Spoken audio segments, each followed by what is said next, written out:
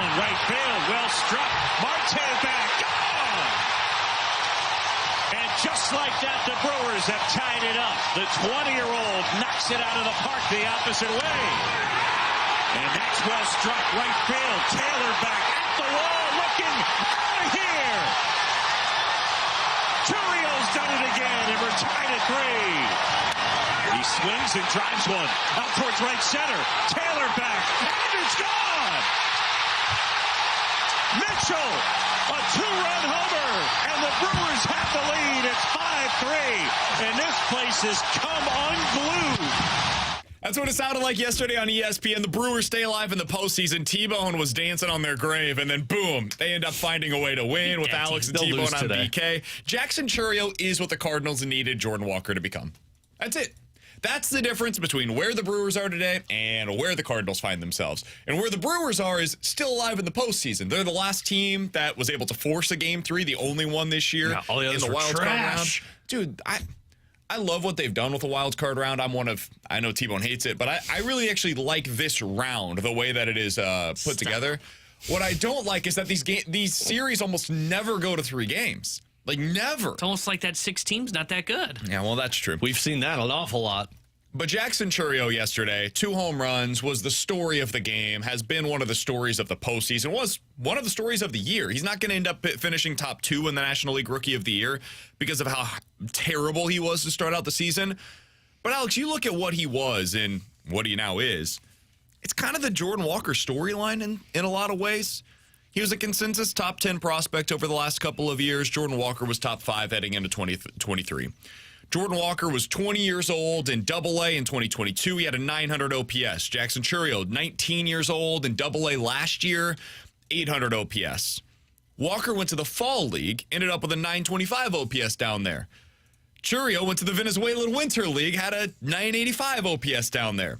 And then Chourio comes up and ends up in the big leagues this year, has a 791 OPS. Last season, Alex, Jordan Walker, 787 OPS. Man, it's like they're the same player. They basically had the same rise through the minor leagues and then effectively had very similar first years in the big leagues. Rough start, finish really strong. And then this year, we saw what happened with Jordan Walker. And so some of this might be a cautionary tale for getting too excited about what Jackson Chourio is. I don't get the sense, though, that this is a guy that's about to take a step back next season, Alex. It feels like he's more on the ascent. This is what the Cardinals need to be worried about. How many times have we seen a guy come up, have success at the big league level, and then it either plateaus or it goes on a steady decline? We saw it with Jordan Walker. We saw it with Dylan Carlson. We saw it with Tyler O'Neill was never able to recapture what he was in that first season. We've seen this with Nolan Gorman as well. That for all of the talk about their development pipeline drying up, they're getting these dudes to the big league level, and many of them are having success at the big league level. It's sustaining that success the way that Chourio has to finish out the year, the way that I expect him to next year as well, that they have struggled with. Yeah, I mean, watching Jackson Chourio, I think as a Cardinals fan, you're a little upset because you're thinking, man, you should have had that this season. You should have had that young player that all of Major League Baseball was going to be talking about. And frankly, it felt like you started that trend last season at the end of the year with Jordan Walker. And then, of course, everything that took place this year. But it's like I always fall back to what you said there, where Jackson Chourio, he started off really bad. And what did the Milwaukee Brewers do? They said, we'll figure it out. We'll keep going. Now, they had secondary pieces that were covering for him in Willy Adames and Rhys Hoskins and Christian Yelich. But a lot of the development for somebody like that is just giving them the faith of like, look, man, if it doesn't look good right away, you'll get there. We believe you've got the talent in your arsenal to get there for us. And it feels like that was the polar opposite of what took place with Jordan Walker. I'm not saying it was all of it. It's the pie discussion that we've discussed to where some of that slice is on the Cardinals, some of it is on Jordan Walker. But I won't deny that watching that game last night when he had that moment, it leaves you a little upset knowing that you should have had that this season, but now you're still wondering, do we even have that in the system for the Cardinals? Yeah, and I'm 100% with you where the pie chart goes to a bunch of different people on the Walker scenario, but I can't help but look at it and go, okay, one, Brewers did have their secondary pieces, but just imagine the confidence that entails in Chourio to say, hey, we don't care that you're struggling, you're still going to play every day. Meanwhile, I think if you're Jordan Walker, you couldn't help but question if the Cardinals were going to send you down because they did it the previous season before. Look at what they treated you this season, where you weren't even able to play in the 7th or 8th inning because they didn't trust you. And then by the time that you look at what the hitting coach is able to do in Milwaukee, look, maybe it's not the hitting coach that ends up helping Jackson Chourio figure things out. I bet he played a part in it. Meanwhile, I look at what Turner Ward's somehow is probably going to be back next year. We'll see. Seeing what Turner Ward was able to do, he wasn't able to help Jordan Walker. He wasn't able to help Nolan Gorman. The hitting staff wasn't able to help these guys get things turned around, and that's what they're there for. They're there to help these guys turn around their slumps and hopefully do it quickly. But Jordan Walker never could, and he never saw the adjustments, so they had to send him down to AAA. It is a very frustrating thing that the Cardinals organization has to figure out is why are these guys getting up here and stalling out? Because you're right. As much as they want to point to their development system, I mean, Bill Wood Jr. even said it in that press conference. Yeah, it's not that bad. Look, all these young guys got up here. Okay, well, why are they not succeeding when they get up here? And I think what he said got a lot of pushback, and it was a little bit of the tone. Understood. What he said is not all that inaccurate. Brendan Donovan's a good player. Lars Nootbaar, good player. I think Ivan Herrera is going to be a really good hitter. We'll see about him behind the plate, but he's going to be a good hitter at this level. Pedro Paez has a role at the big league level as a catcher. I don't think it's as a starter, but I think he can be a number 2 catcher behind the plate for somebody. I think even Michael Ciani, he's got a role. I don't think it's as a starting center fielder every day, but it's a 4th outfielder for a team. That's an important piece to have, and they found him just kind of wasting away in another system, and they developed him into what is a really good outfielder at the major league level. They've got guys, Mason Wynn, Nolan Gorman is frustrating, but he's got the power, and if you can extract, you've got something there. The problem is getting the most out of these players once they get to the big league level and continuing that ascent, not leveling out, not plateauing, and that's really hard to do, but that's the job. It's a really difficult thing to accomplish, but you've got to be able to do it. And if you can't, if that is something that the current hitting instruction staff is struggling with, well, then you have to find somebody new, man. I understand the loyalty. I understand wanting to keep those guys in place because you think they're good at their jobs. Well, it's a lot easier to replace them. This is no shot against it, but it's a lot easier to replace them than it is to replace the players. These are guys that you believe in within your system, and now you're really going all in with a lot of these young guys. The Brewers have done this. It's not just Jackson Chourio, man. Garrett Mitchell yesterday, big day for him. They've got other dudes that have come up to the big league level and have had a lot of success. You need to find a way to get the most, to maximize the talent that you have now on your big league roster, while also, yes, investing in the minor league. So that was my biggest takeaway yesterday from the game as it pertains to the Cardinals. You can't do both, man. Yeah, they told you that they can't do both. Taking the Cardinals model and are doing it better right now. Yeah, they have been for 4 years now. Not only the supplemental piece. Now, Chourio's more of a star right now, I would say, since he just had his playoff moment. I mean, you just mentioned some of their pieces that they have developed. We also look at who's in the middle of their order. How did they get those guys? William Contreras was a trade. And that was the same offseason that the Cardinals decided to sign Wilson Contreras. And they somehow got involved, and that was in the Murphy deal somehow, that they were able to come out as the winners of all of that. I said it at the time. I don't understand how they ended up getting the best player on this deal and gave up the least. It didn't make sense to me. And then you look at Christian Yelich. Now, he's hurt now, but he was one of their best players in the regular season. Willie Adames, super aggressive early in the season trade. Reese Hoskins, you take a chance on a dude in free agency who had a bad year. Terang is a good player. Churio's a really good player. It's just the Cardinals Frelick's a good player. Ortiz is a good player. They've got just up and down their lineup. They produce these really athletic, sound familiar, Cardinals fans? This is what you used to produce. Really athletic, good defensively, well-rounded players that are producing. But you know what it is, too? And listening to their manager last night, I think it was them going into the 5th or 6th inning when they were still trailing, and he was like, we'll be fine. We'll get back into this one. You just have this feeling of confidence when you hear somebody in the Milwaukee Brewers system talk. And I remember sitting in the Cardinals clubhouse talking with Matt Pauley about this, who has been around the Milwaukee Brewers in the past, who's a pre- and post-game guy for the Cardinals. And he was like, man, it's like anybody who steps into the Milwaukee Brewers clubhouse felt at home immediately and just felt like they could produce right away. And it's just one of those feelings. And then all this season, we've been talking about all of the bad vibes at times with the Cardinals and how things are coming out. That means something. Whether you believe it or not, it means something when you see the results on the field. All right. As for the rest of the postseason, man, what a weird start this has been. Tigers sweeping the Astros? Really? Rawr. I didn't see that one coming. I don't know about you guys. Maybe you called it. Either. I certainly didn't see that one coming. My Royals took care of business yesterday against the Baltimore Orioles. You absolutely love to see it. It feels like 2014 all over again. Mets and Brewers going to a Game 3 today, and then the Padres just making quick work of the Braves. They were like a juggernaut. The two teams that it felt like, okay, if we're going with the vibes check, two teams that came into the postseason is like, yo, vibes could not be worse right now. Orioles and the Braves, and both are already out. The Braves were injuries, and they looked exhausted. They looked exhausted. They looked like they were pushed to the finish line. They were running on fumes. Yeah. And honestly, it was a hell of an accomplishment for that team, given their injury status this year, to just make it to the postseason. It was the year from hell. And then when Chris Sale gets hurt right before you get to the postseason, good luck. And it's not even an arm injury. It's just a random back spasm. Yeah. That reminded me so much of the Ryan Helsley final day of the regular season sprains his thumb while throwing in a totally meaningless game to just go out there and get a little bit of work. That's kind of what that felt like. Do you guys have any takeaways with what you've seen so far from the postseason? First round? I think there's some teams that I'm excited about. First of all, I think the American League is really boring. Sorry, buddy. I know your KC Royals are out there. Oh, no, this American League race just sucks. If the Yankees don't win it this year, dude, their fans are going to be furious. Their competition is the AL Central. And literally, it's the Tigers, the Guardians, and the Royals. But on the flip side of that, man, I think the National League is about as a perfect of a matchup as you can ask for. Now, it depends on what comes out of the Mets or the Brewers, but I think either are going to be a fun matchup against Philadelphia, but it's San Diego and L.A. Yes. I think that is the belle of the ball right now going into the DSs, but...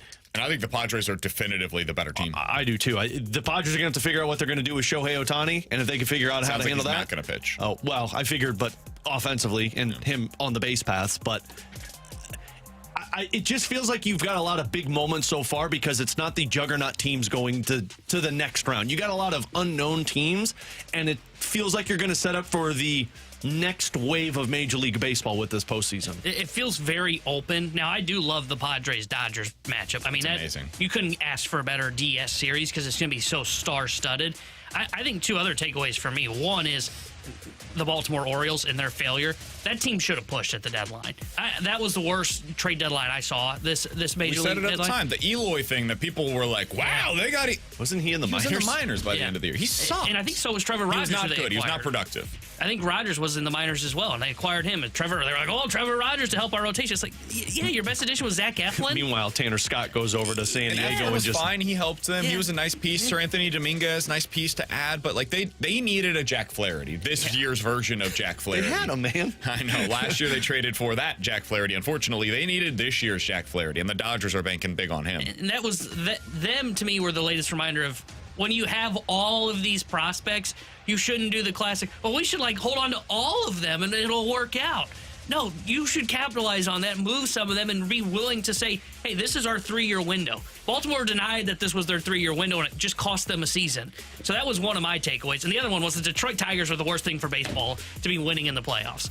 Because every year you have a team like this that gets in, and what are owners going to do? They're going to go, aha, see, we don't have to spend and get to a 98-win mark. We can win, I don't even know what they're at, 83 to 85 win. We can get in, we'll just get hot, and we'll see that anything can happen. Terrible for baseball. It's the way it's been, man. The Cardinals did it. They did it in 06. They did it in 11. We've seen this before. This would not be the first time. You saw it last year with the Diamondbacks as well. The 6th seed in the National League, I think since 2019, if I'm not mistaken. The bottom seed in the NL has made it every year other than the COVID season in 2020 to the World Series. It's the way the baseball postseason works. I'm not telling you got to like it, but if you get hot at the right time, and the Tigers have been one of the best teams in baseball over the last month. The Mets, by the way, have been the best team in baseball for the last 3 months now. Baseball's weird. You put it into segments, and you can do all of these different things, and we'll talk about this later, but you can construct your roster in the exact way that you want to, and then you get to the postseason, and Chris Sale gets hurt right beforehand. Or you're the Dodgers, and you feel like you've got 3 different rotations, one as your rotation and 2 others on the injured list or in AAA, and then you get to the end of the year, and you're like, I don't know, man. We've got 2 dudes that we can trust and then a bunch of arms that we're going to throw at them, and hopefully something sticks. Baseball's weird. I can only name 2 Tigers. I was watching that game and looking at their line. You think you got 2? This guy? I can name 1 that's not on the team. Bias. Yeah. I can name 2. I bet you prior to that series against the Astros, and maybe even now because that series was not like the headliner at It's night. like buried in the afternoon. I bet you most casual baseball fans could name one. Yeah. It'd be Scoot. Scooble. Yeah. The only Maybe one I Riley got is Green. Torkelson. Maybe Green. Green's the only other one I knew, so. Torkelson was the one I knew. I think that's pretty much all you've got. Because the other guys that people could name were the ones that they traded at the deadline. Oh, they got Jack It's like Flaherty. No. Flaherty. He's a Dodger. Yeah. No, he Or was even actually Mark Hanna. Yeah. He's not there either. It's Where's crazy. Mark man. Hanna? Oh, where is not in he? the playoffs. He's gone. Coming up in about Sorry. 15 Not gone. minutes or so, It's we're not going in to the talk about playoffs, the man. Blues. Joey Vitale, he's our Blues analyst for 101 ESPN. He's going to be on the call for the Blues versus the Stars later on this evening, a game that we are not expecting to see Zach Bolduc in the lineup for. We'll talk to him about that coming up in about 15 minutes or so. But coming up next, the Blues lines remained unchanged today from what they were yesterday. That's to be expected. What do we make of it? We'll talk about it next year on 101 ESPN.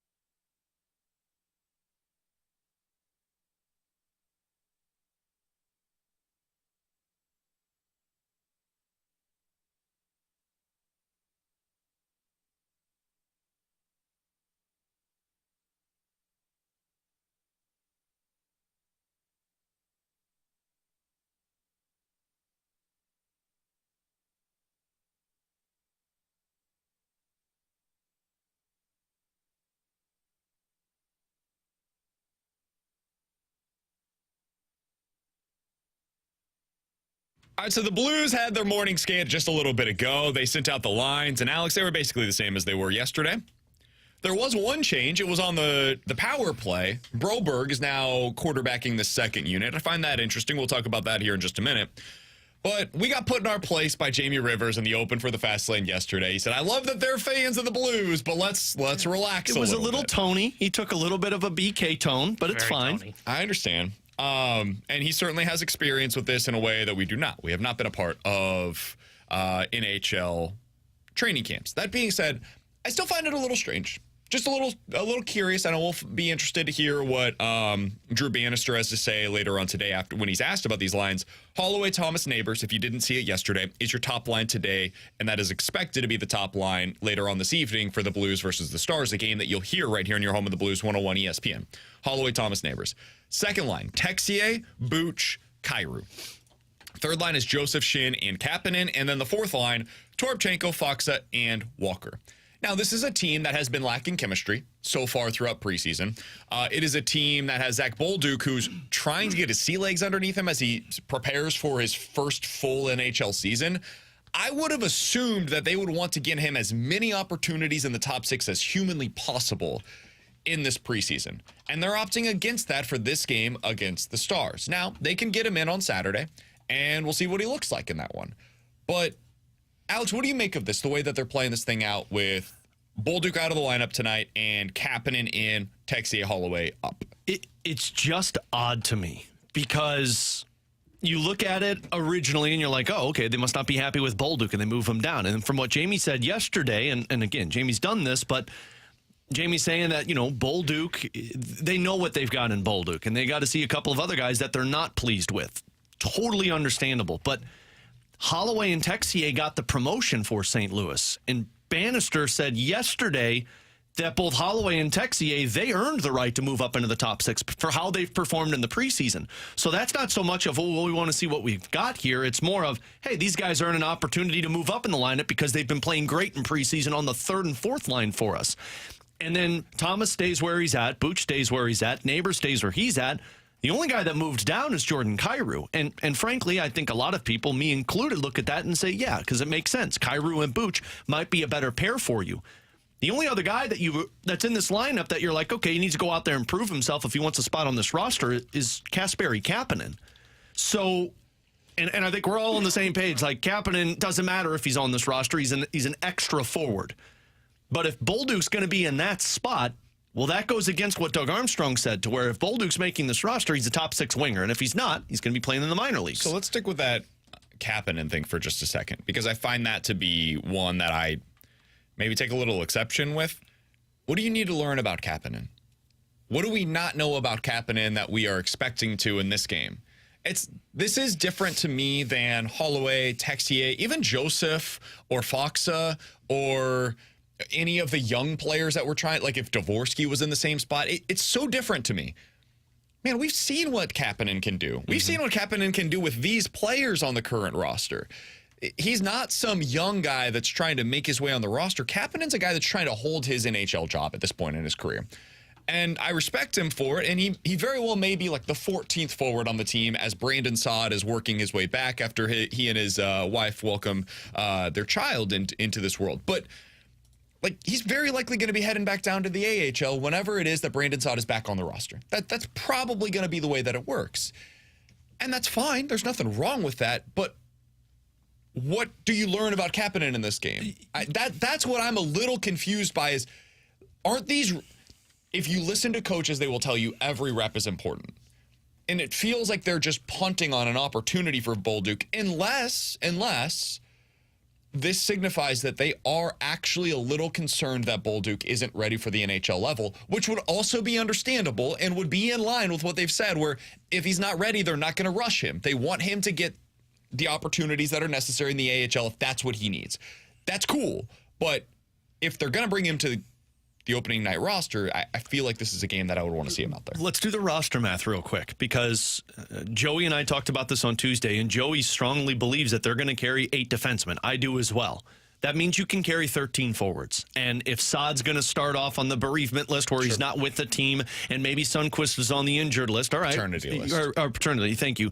That means you're going to have the 13 forward spot. So everybody can make this roster at that point. But I don't know if they're going to do that. If Sundqvist is with them, or if Saad doesn't go on that paternity list, somebody is going to be sent down into the minors.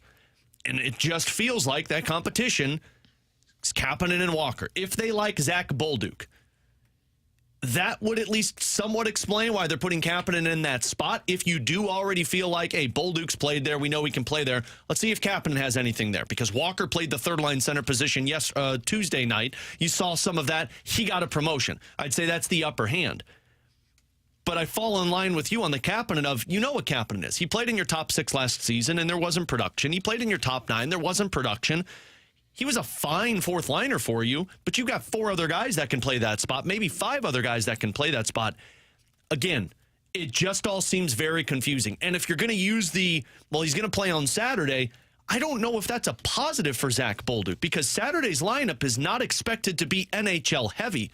They're expected to bring a couple of guys up from the AHL to play in that game, because you don't want to travel all of your guys to Milwaukee before they go on a 3-game road trip from the West Coast. So right now it still puts a question mark on, I don't know what the Blues are going to be doing with this roster. Somebody on the text line, 314-399-9646 is the Air Comfort Service text line. By the way, you can check us out on YouTube as well, youtube.com/101ESPN That is where the chat is off and running today. The 314 says, guys, the Blues could be giving Bolduc a game off just because he's played a lot already so far in the preseason.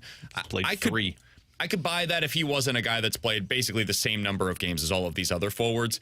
Jake Neighbors has already played in 3 games. Toropchenko's played. Walker, Toropchenko's playing tonight, and he's playing in his 5th game. Yeah.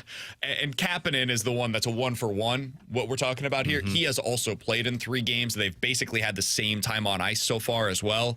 So I don't think, could be wrong here. Maybe we'll see something soon from Drew Bannister, and it will be the direct opposite of what I'm about to say. But I don't think this is about playing time or the number of games that they've played. It feels like this is just an opportunity for them to find out what they have in Kapanen.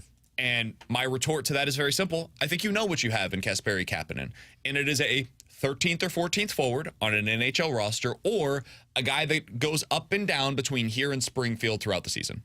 There's nothing wrong with having that player, but I do not think that is something that you necessarily need to find out more about what you have. I think you know. I think you know who he is at this point in his career. All right, Alex, the last thing that I wanted to get to here, there was the news today, and this is the one thing that is like different about the Lions today.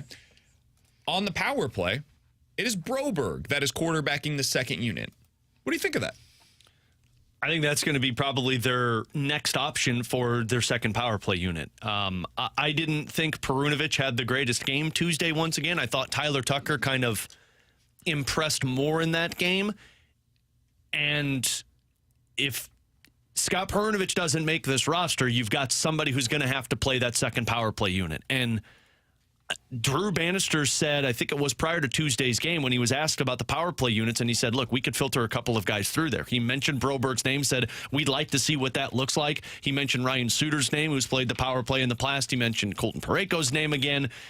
It's a second power play unit, so it's nothing to like sit here and go, whoa, I can't believe they're doing that, because you're not going to see a whole lot of ice time if your first unit is successful. But it definitely tells you it's a 23-year-old that they're putting on a power play to say, like, hey, let's see what this kid's got. Because if he's this all-around defenseman that we've heard of and we saw what he could do in the playoffs last year, if Broberg has success on a second power play unit, what's that look like maybe if Falk gets injured or if the power play one isn't working? I would almost put money down that that's a 1-2 punch of your power play quarterbacks for this season is Falk and Broberg. He's Alex S. T-Bone. I'm BK. Blues back on the ice tonight. Blues versus the Stars pregame with Alex starts at 6. Joey Vitale will be with Chris Kerber on your home of the Blues 101 ESPN tonight. You got play-by-play tonight? 7. I do not. I'm taking tonight off. That makes sense. I also feel like I've had too many reps so far in the preseason. Tuesday is when BK will be coming live. Saturday. It'll be me and Bolduc Saturday night, so be sure to stay tuned for that. They're taking Bolduc off the ice and putting him on the call? That's right. He's up there with me. Two French Canadians up there doing the game together. Said that about you. Coming up next, Joey Vitale, Blues analyst for 101 ESPN here on BK and Ferrario.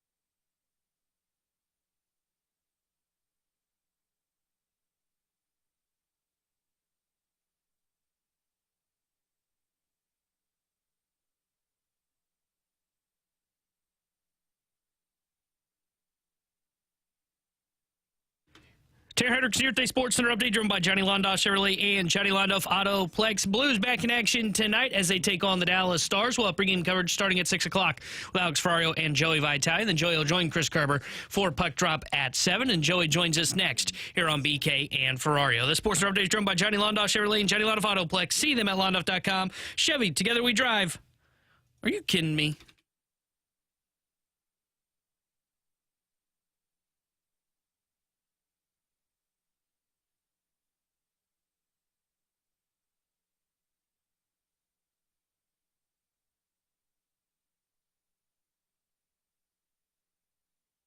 With Alex and T-Bone on BK, you got BK and Ferrario here on 101 ESPN, and it is a Thursday, which means that we are happy to be joined by our friend, the Blues analyst for 101 ESPN, and of course, Bally Sports Midwest. He's the one, the only, Joey Vitale joining us here on the show. Joe, appreciate the time as always, man. How you doing this morning? Joey! So awesome. Crowd's going crazy. You know what, fellas? I'll be honest with you, I'm not doing great. I had a hot take on the show last week that Bull Duke would start the season in the top 6. Abort mission. Abort mission. Are you joking with us right now, Joe? Are you messing with us? I listen. I took a shot. I screwed it up. Listen, I'm MJ. I'm MJ with a minute to go. Give me the ball at the line. The ticker's going down, and I just put up an air ball. Joe, the whole thing with Michael is that he never missed in the clutch. So I feel like that's a bad analogy. Okay, once again I missed. Why do you guys even have me on? I don't even know why you need my expertise. I clearly don't know what I'm talking about. For everything other than hockey, Joey. That's why we have you on. But in all seriousness, what do you make of this? They decided to have him as like an extra at practice yesterday, and then today it looks like it's kind of the same configuration. Does this tell us something about Zach Bolduc? Does it tell us something about Holloway and who else? Texier. What does this tell us, Or are we Joey? just overreacting? You know, I think it's a combination. I think it's a combination of all the things you just said. I think it's a combination of other players around him right now took a bit of a step, and I think he's taking a step the wrong way. And to no fault of his own, but I think that this coach and Drew Bannister, we just heard him talk, he's needed to see more. You know, I think that Bolduc, a young player, still trying to figure out camp, the ebb and flows of, you know, when to really get dialed in, when to maybe take the foot off the gas. I think he had a great prospect camp. I thought he had a great start to main camp. I thought his first exhibition game was great. He was looking sharp in practice. And I think he's starting to kind of slide off now. And this is part of a young player. You go from prospect to main camp. Eventually, you're going to start to get worn down, maybe start losing energy. You know, compare that to like a Braden Chen. You know, you don't really notice Braden the first week and a half of camp because he's smart. He's like, okay, I know when to ramp this thing up, and the first couple of days is not the time. Now for Bolduc, you got to ramp it up in day 1 and day 2 because you don't have a choice. So it is difficult for him. But the reality of the situation is this: his game has slid off a little bit. I don't think he played very well in that Columbus game a couple nights ago. And there are players around him like Holloway that have taken a step. Texier has been very impressive. And not to mention, let's look at two kind of outlier players in Nathan Walker and Kasperi Kapanen, both players that are going to be in the lineup tonight. I think a week and a half, 2 weeks ago, if you're looking at the roster, I think Bolduc is in and Kapanen and Walker are probably out. But now, as camp moves on, camp matters. Now we're looking at a Walker anchoring the 4th line, and Kasperi Kapanen has earned the right to be on a 3rd line right now, and Drew Bannister just talked about how he was very impressive. He stepped on the ice and he wanted to make a difference. I don't know if Bolduc had that same intention, maybe, to go out there and make a difference in a team and go out there and try to steal someone's job. And right now, this is a situation where Bolduc is going to be watching this game here tonight. Hopefully it lights a fire under him, and we do see him at some point. But right now, there are veteran players that have outplayed him, and they have the right to start here tonight against the Dallas Stars in the final home game. And guys, which looks like a pretty much doggone good roster to what we're going to see next week for Seattle Kraken. So Joe, I guess when I look at Kasperi Kapanen, what are they looking for with him? Because we did see a lot of him in the top 6 last season. He played with Pavel Buchnevich. He played with Kevin Hayes for some time. What differences from last season to this preseason have you seen with him, and what are the Blues seeing? Alex, they're looking for just chemistry. They're looking for the right chemistry for him. You have such a prized possession, in my opinion. I think Kasperi Kapanen, it sounds crazy, but he's a player where I think if he finds his stride, he could come close to 20 goals in a season if he stays healthy. I know that's such a stretch, but you look at his tools, his skating ability, his quickness, his shot. I think now that he's starting to really find that compete. I thought he was one of the most competitive players last game. He's got all that. Now it's just about putting him with the right guys that understand his strength, that he can get to his game. I remember last year at the trade deadline, talking to a couple different scouts on the East Coast, one my former roommate in Brian Strait with the New Jersey Devils, and he was talking to me about, and he kept asking me questions about Kasper Kapanen. And I knew what he was trying to ask. He was just trying to, get some intel. But there are teams that are interested, and there's almost just amazed by the lack of production for such a good hockey player. Everyone sees him as this amazing potential. Like, you skate well, you shoot well, you compete hard, but something's just still missing. And I think that something missing is just that chemistry. And they're going to keep moving him around a little bit. I think he needs to be in that kind of middle pack. I don't think he's as useful on the fourth line. But I think if they keep him in the middle pack, he can bring that competitiveness, maybe find some chemistry tonight with Braden Shen, who's now back in the middle, and then you're all of a sudden you're up and running. But he looked good in preseason, scored the opening goal in the Dallas Stars game. He was competitive with Matthew Joseph. So that could be an interesting line, those three. Joey Vitale is our guest here on 101 ESPN. He joins us each and every Thursday throughout the Blue season. Joe, when you look at the second line right now with Texier, Buchnevich, and Kyrou, I feel like we've asked you the same question 50 different ways over the last few weeks, and it's going to continue to be that way, I would imagine, early in the season. What are you seeing so far from Buch as that second-line center, and do you think that it is still something that's viable throughout the season? Yeah, I mean, they're willing to stick with it. They are. They're willing to stick with it here for a little while. Keep in mind, we got Buch for a little while here. I think that they, from a development standpoint, they're going to keep trying to develop him at center. I think in a perfect world, you're looking at Buchnevich later in his career moving back to the wing, much like you're seeing with Braden Shen. It's a little bit easier for older players on the forward position to play wing. I think you have Buchnevich in his prime. He's just full of vinegar, full of energy. His faceoffs have gotten better, and I think they want to see him stay consistent with the center position. I think he's on a pretty loose leash in this regard, because it really comes down to development. Even if he has some moments where it looks a little loose at the middle position, they're willing to stick with this. They are, and I think that's a good thing.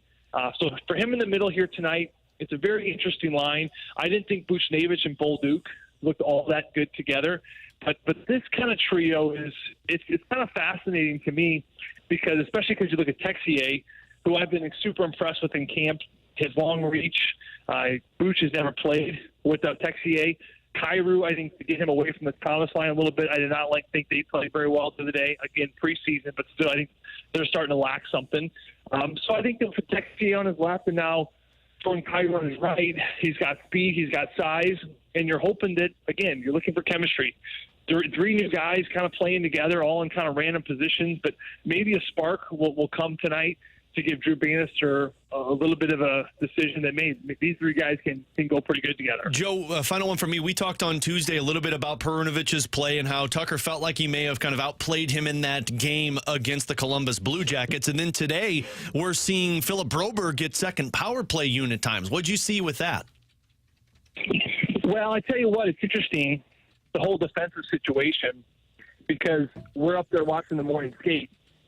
And you're looking at what we predicted and on the postgame, Alex, the other day, and that is that the three extras on the back end do, in fact, look like Perunovich, P.O. Joseph, and Tyler Tucker. It's going to be interesting to see who they take. Now, Broberg running a power play, that to me is not a good sign for Scott Perunovich, because as we were mentioning in the postgame the other night, I think we were kind of breaking this down. You come into this season, and if I'm Scott Perunovich, you see the news on Torrey Krug, and you're thinking, oh, my gosh, what a golden opportunity. But the issue is, for Scott Perunovich and for this team, is that they don't feel comfortable enough of him defending. They know that he can be good in the power play, but they just don't feel comfortable enough when he's going up there against the Jamie Benns, which he'll be going up against here tonight. He becomes a bit of a liability in the defensive zone. So to me, now as you look at Broberg run a power play, and by the way, P.O. Joseph can run a power play too, you have players that can run that second unit. Right now, Falk's your guy at the top unit. He's done fantastic in the preseason, scored a great goal the other night. So to me, he solidified himself as the one defenseman they need on the top unit. And then the question is for Scott Perunovich, what does the second unit look like? Well, they're starting to find suitors there. And Broberg certainly is a player that's smooth. can transition very well. He's been around great players in Leon Draisaitl and Connor McDavid, so he's seen what a good power play looks like, and they're going to lean on him heavily, especially early on. So I would imagine, as tough as this may seem for Scott Perunovich, it could be really tough for him to be looking at this camp at the end of it, and Doug Armstrong could be having a conversation with him about potentially going down, because that seems to be the way things are shaking out now. Joey, shoot or shoot. You shot your shot last week. It happens. Sometimes we get things wrong, Sometimes we hit the rim, Joey V. Shooters shoot, painters paint, and bakers bake. I'm going to go bake some bread now. Darn right you are. I want some of that sourdough. Joe. Appreciate the time as always, my man. Thank you, boys. Absolutely. That's Joey Vitale joining us as he does each and every Thursday here on BK and Ferrario. So I have this quote from Doug, I'm glad you were going to read Drew this. I was going to do the same. This is from Luke Horak. He tweeted this out. Quote, I wouldn't say his play is dipped. I think. Time out. Yeah. I talked over you. This is about Zach Bolduc. This is about Zach Bolduc. Yeah, my apologies. I wouldn't say his play dipped. I think right now it's leveled off. We've tried to put him in positions to have success and play up in the lineup in games. In practices, he's been playing with top line mates, but put him on the power play. There's a lot of good things with Boldy that he's doing, and I think I spoke about it before, the things that maybe the deficiencies in his game we'd like to see more. I haven't seen a drastic improvement from game to game, but I see a lot of growth in his game at the same time. I think he's a player that's extremely close to being an everyday NHL player. He's just got to find that next level in his game and his consistency in his game. Listen, man. That sounds like a guy who's going to be playing top-line minutes in the AHL He's going to be a great Thunderbird. In the early portion of it. I think it's very important to clarify there. Yeah, I think he's going to be back with the Blues. I think there will be a point in time, maybe not even that long from now. It might be a month. Yeah. Jinx. We're thinking the same thing. You owe me man. a Coke. But I think that what we read into the Blues lines yesterday was correct. I'm sorry. I think we were right. We didn't need a training. I think we got it right. You want a high five? I think sometimes. Do you guys want to go karate in the basement? I think sometimes we get talked down to here on this show. And I think yesterday. Sometimes the people that do that is. Touche. Sometimes I do the talking down to the others on this show. And I apologize for that. Me and T-Bone have we have a meeting once a week. Yesterday, the Blues put out a lineup that indicated that they weren't happy with Zach Bolduc's performance.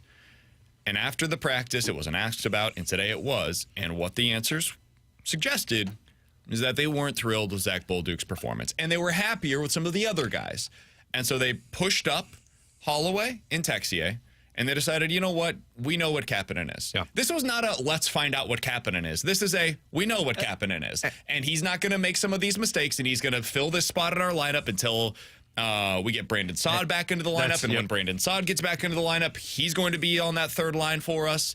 And then when Bolduc is good and ready, he is going to insert himself into the top six. But for the time being, it's going to be Holloway, it's going to be Texier, and they'll probably switch that up. It'll probably be Saad.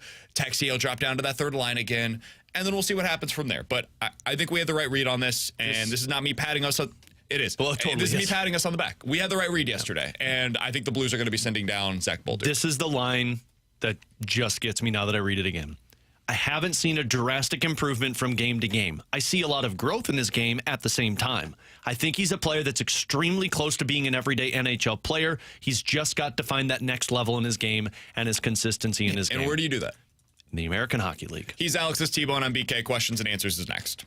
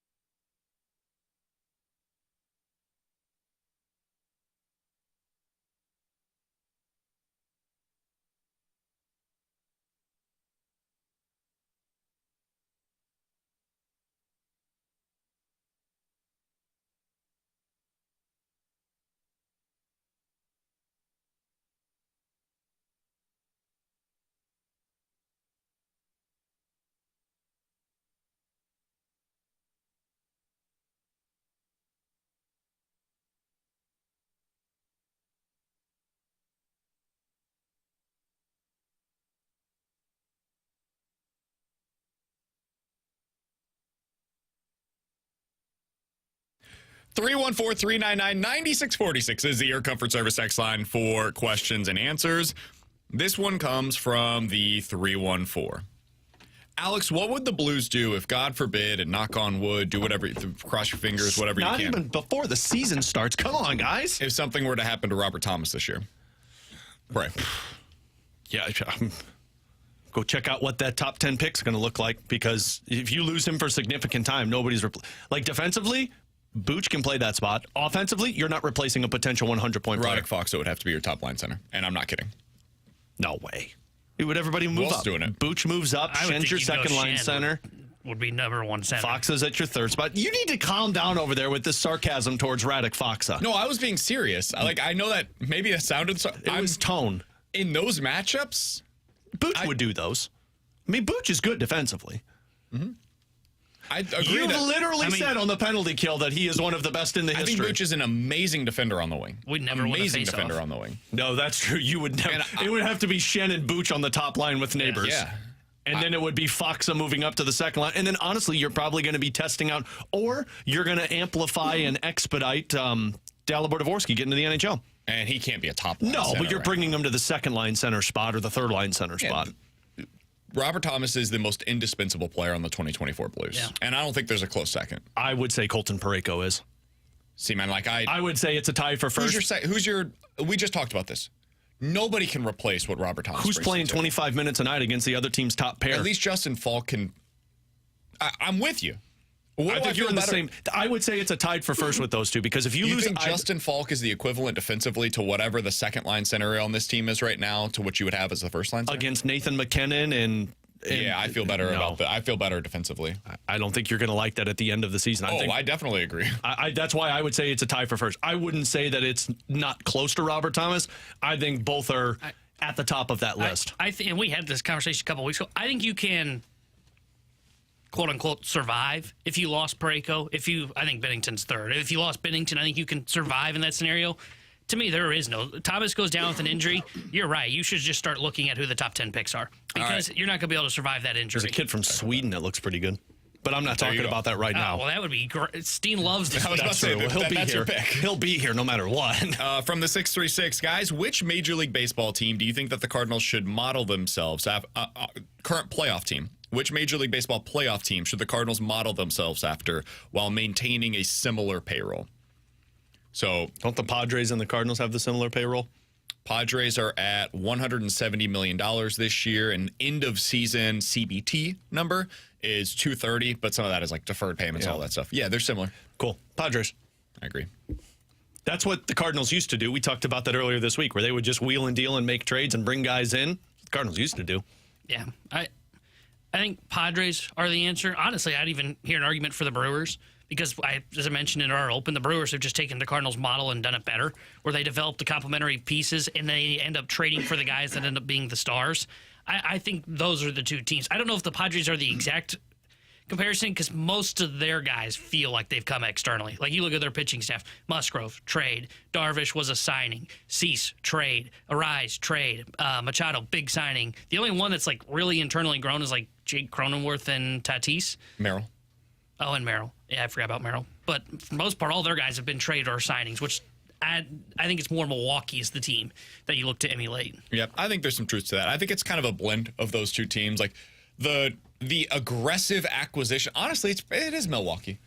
Because they go out and they make the aggressive acquisitions. You're talking about going out and trading for Willy Adames, trading for Christian Yelich when he becomes available, trading for Wilson's little brother, William Contreras, and supplementing that with talent from within, and hopefully developing your own homegrown star the way that they have right now with Chourio. That's probably the model. While also knowing when to sell high.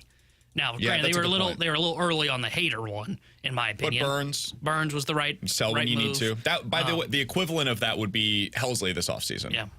Yeah, the hater trade. No, the equivalent of the Burns because trade. the hater one was too he's early. only got 1 year. Yeah, Helsley was right on time. Yeah. I think you're right on that. You convinced me. It was a good argument. The Brewers are probably the model more so even than screw you guys. It's the Padres. Brewers plus though, like Brewers, but with some extra spending associated with it would probably be the model that the Cardinals could have, which and smart is spending. the Cardinals model. The Cardinals model's not broken. The Cardinals model was just bent in a way that they didn't do it well. Yeah, but it's they broken. Stopped doing it well. But it's broken because they can't do two things at once. Apparently. With Alex and T-Bone on BK. Coming up next, speaking of models that the Cardinals are trying to follow, how about the Tampa Bay Rays model? Hey, they're good. That appears to be the model that they are associating themselves with. Is that a model you want to emulate? Or do you have to go all in on the Rays model for it to work? We're going to talk to the guy that has covered the Tampa Bay Rays for a number of years, Marc Topkin. I think he's fantastic at his job. He's covered the Rays. He covered Chaim Bloom while he was down there as their farm director. We'll talk to him about what the Cardinals are getting in Chaim Bloom and if that is a model that other teams can't actually emulate. Coming up next here on 101 ESPN.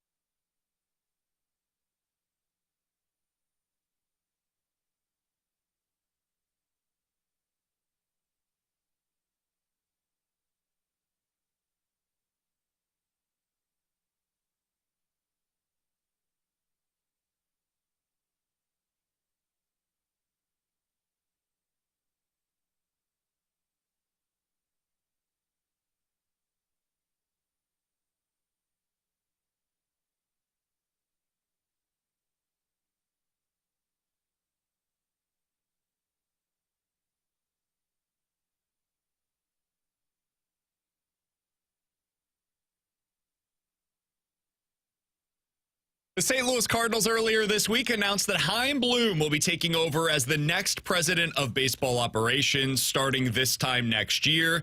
Chaim Bloom spent time in Tampa Bay. He was the president of baseball operations in Boston as well. And right now we're going to learn a little bit about what Cardinals fans can expect from Bloom as the man in charge.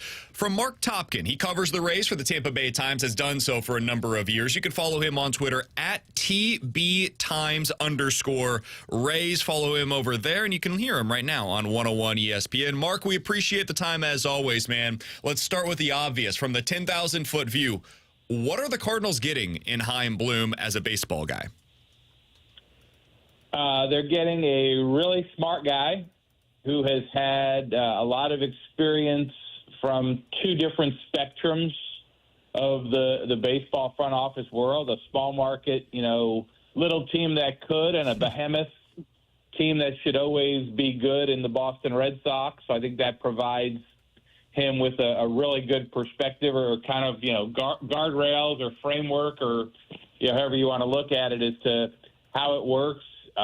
He's obviously had most of his experience in the American League East, but I don't think that is anything that's bad. I think that's probably good to come in a situation with the Cardinals. The fact that he's been with the Cardinals in this kind of advisory role, obviously, and now gets another year, and I'm not really quite sure I understand the whole Us either, how Mark. this dynamic's going to work with him and Mo. And I was going to say, reading some of the stuff from your media up there, from Derek Gould and others, I'm not sure anyone fully understands that yet, but it's Mo. Well, it's what Mo wanted, and so that's what we get, Mark. That's pretty much the explanation. He needs to hold his hand for one more year, is what we were told.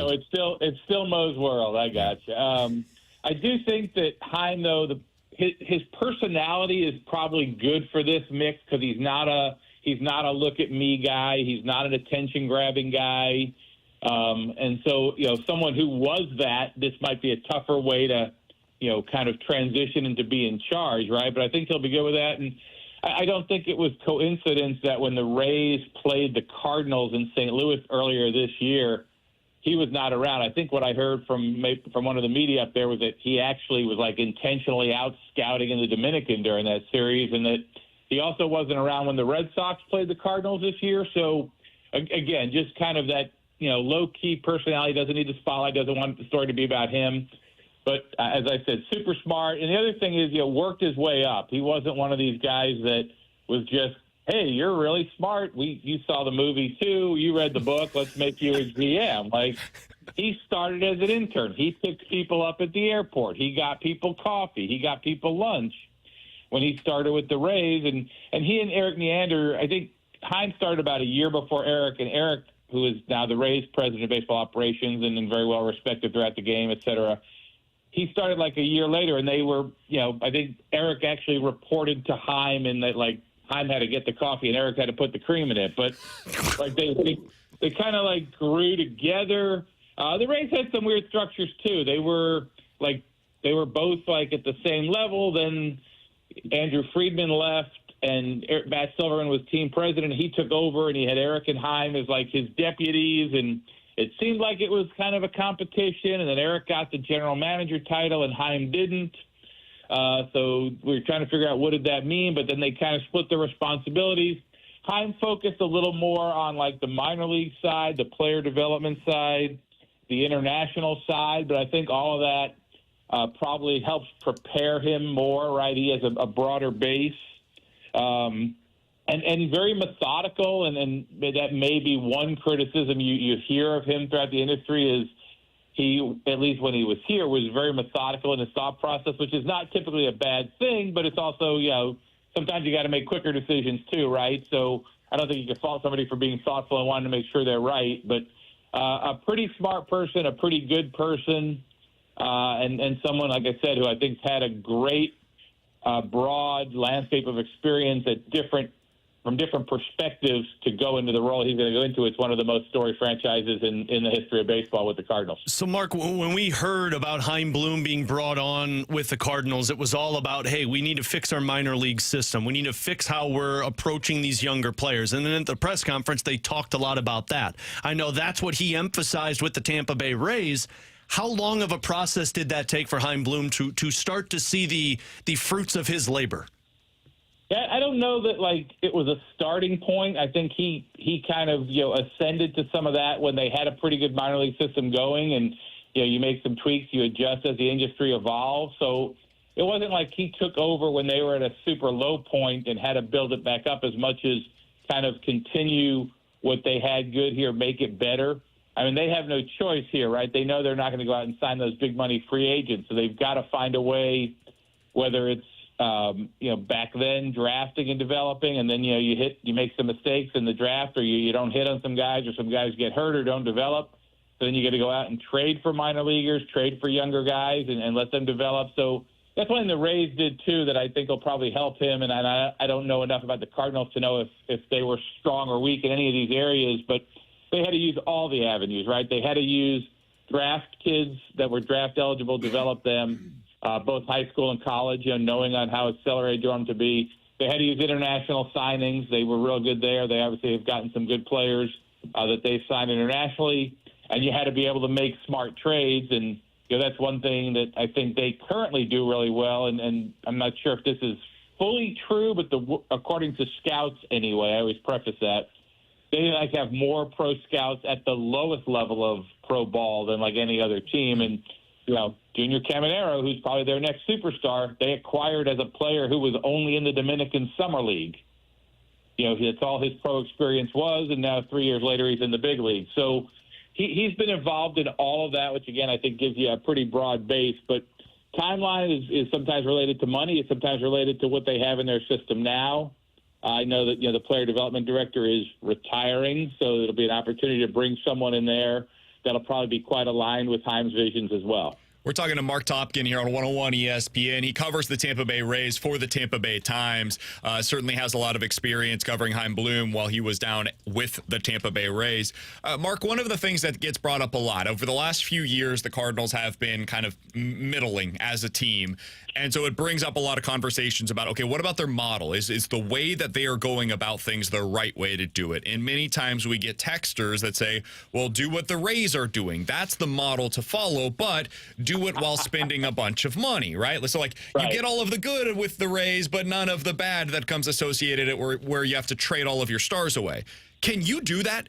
Can you do the Tampa Bay Rays model without the trading of, basically recycling what was a star player that came through your system to get more young talent? Can you do it that way, in your opinion? Well, how many division titles have the Dodgers won in a row with Andrew Friedman running their show, right? So he's kind of taken that approach and had the highest payroll, or the opportunity to have the highest payroll of anybody, but yet they make some moves like that. In fact, it just having covered the Rays forever, and who knows how many trades I've written about in 27 seasons, but when the Rays traded Glasnow and Manuel Margot to the Dodgers this offseason to get Ryan Pepio and Johnny DeLuca, the fact that the Rays had to kick in $4 million to the Dodgers was like the most funniest thing in the history of ever, right?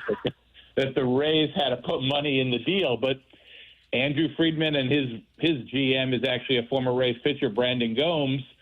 They didn't cut the Rays any slack. They didn't really want Margot. They ended up flipping him right in spring training to the Twins anyway. But they were like, we're not going to pay the whole salary for this guy. He's not it was $10 million plus a 2 buyout, I think. So he wasn't a $12 million player to them. They only wanted to commit $8 million.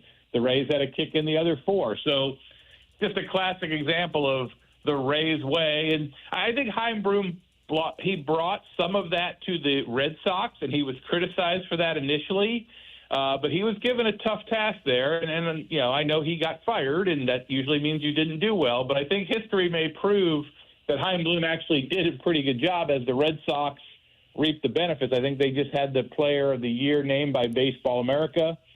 Their farm system has been rated much higher than it had been, and he was given a tough mandate: get rid of big-name players that fans like, cut payroll, rebuild the minor league system to where they could depend on that more. And he did some of that, but they didn't have the patience to let him see it through. So I think you saw him, answering your question, I think you saw him implement some of those Rays-type things in the big market environment, even though at that point he was told to cut payroll. But they still had a pretty good payroll there in Boston. So I think you've seen some of that, and I think, the answer is I think you can do that. It's hard, and everyone thinks they can. And I know watching the NL game the other night, the broadcasters were going on and on about the Brewers were using the Rays methodology on their outfield positioning, and the Tigers were using the Rays methodology on how they were using their bullpen.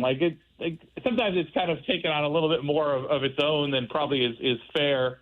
That the Rays didn't really reinvent everything, but they certainly have introduced a lot of ideas in roster building and how you can play the game that other teams because people have gone to so many other teams from the Rays in manager or front office roles, has certainly tried to implement some of those. It sounds kind of similar to what it used to be with the Cardinals, where it was, hey, the Cardinals way, which is play good defense, get sinker ball pitchers, and get timely hits, which is, of course, the way that baseball has been played for more than 100 years. But the Cardinals. Right. And I started down here in the 80s, right out of college, and the first things I got to do was cover spring training, and we had the Mets and the Cardinals here. Somebody played every day, and I was fully indoctrinated by the great Rick Hummel into how to cover baseball, Sure. first of all, by him, but also the Cardinal way, and getting to listen to Red Shandians and Joe Torre and that group of people and Dal Maxville talk about how to do things. And that Cardinal way was very revered back then. Yeah, for sure. Final thing that I've got for you, Mark, and we'll get you out of here on this, and we sincerely appreciate the time. You mentioned earlier on in our conversation, kind of offhand, that the international moves that Chaim Bloom was a part of while he was down in Tampa Bay. It's something that the Tampa Bay Rays have been very good at. They've done well in that regard. The Cardinals have not. They have not had a ton of success with their international markets, especially over the last decade or so. Can you speak to us a little bit about what you know from Chaim Bloom and the Tampa Bay Rays at large on how they've had that kind of success and how that has influenced their success as an organization over the past decade or so? I mean, I think the key to it, to be honest with you, is having good people that work in those countries, that work in the Dominican, that work in Venezuela, to have people that, you vet, that you trust, that you can put in power to make decisions, because you can't be everywhere, right? If you're Chaim Bloom, you're going to have, even this year, you're going to have myriad responsibilities. You can't go down there and see every player in the Dominican or Venezuela yourself. Who do you want to make that investment in? So I think in the Rays case, we know they didn't have the most money.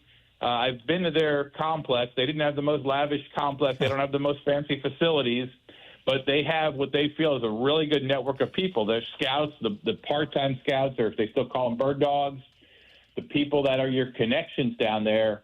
Some of the stories that we've heard over the years is somebody referred somebody told somebody, his legal issues aside, but they were watching Wander Franco as a 12 and 13-year-old because they had people that told them, hey, this kid is going to be something.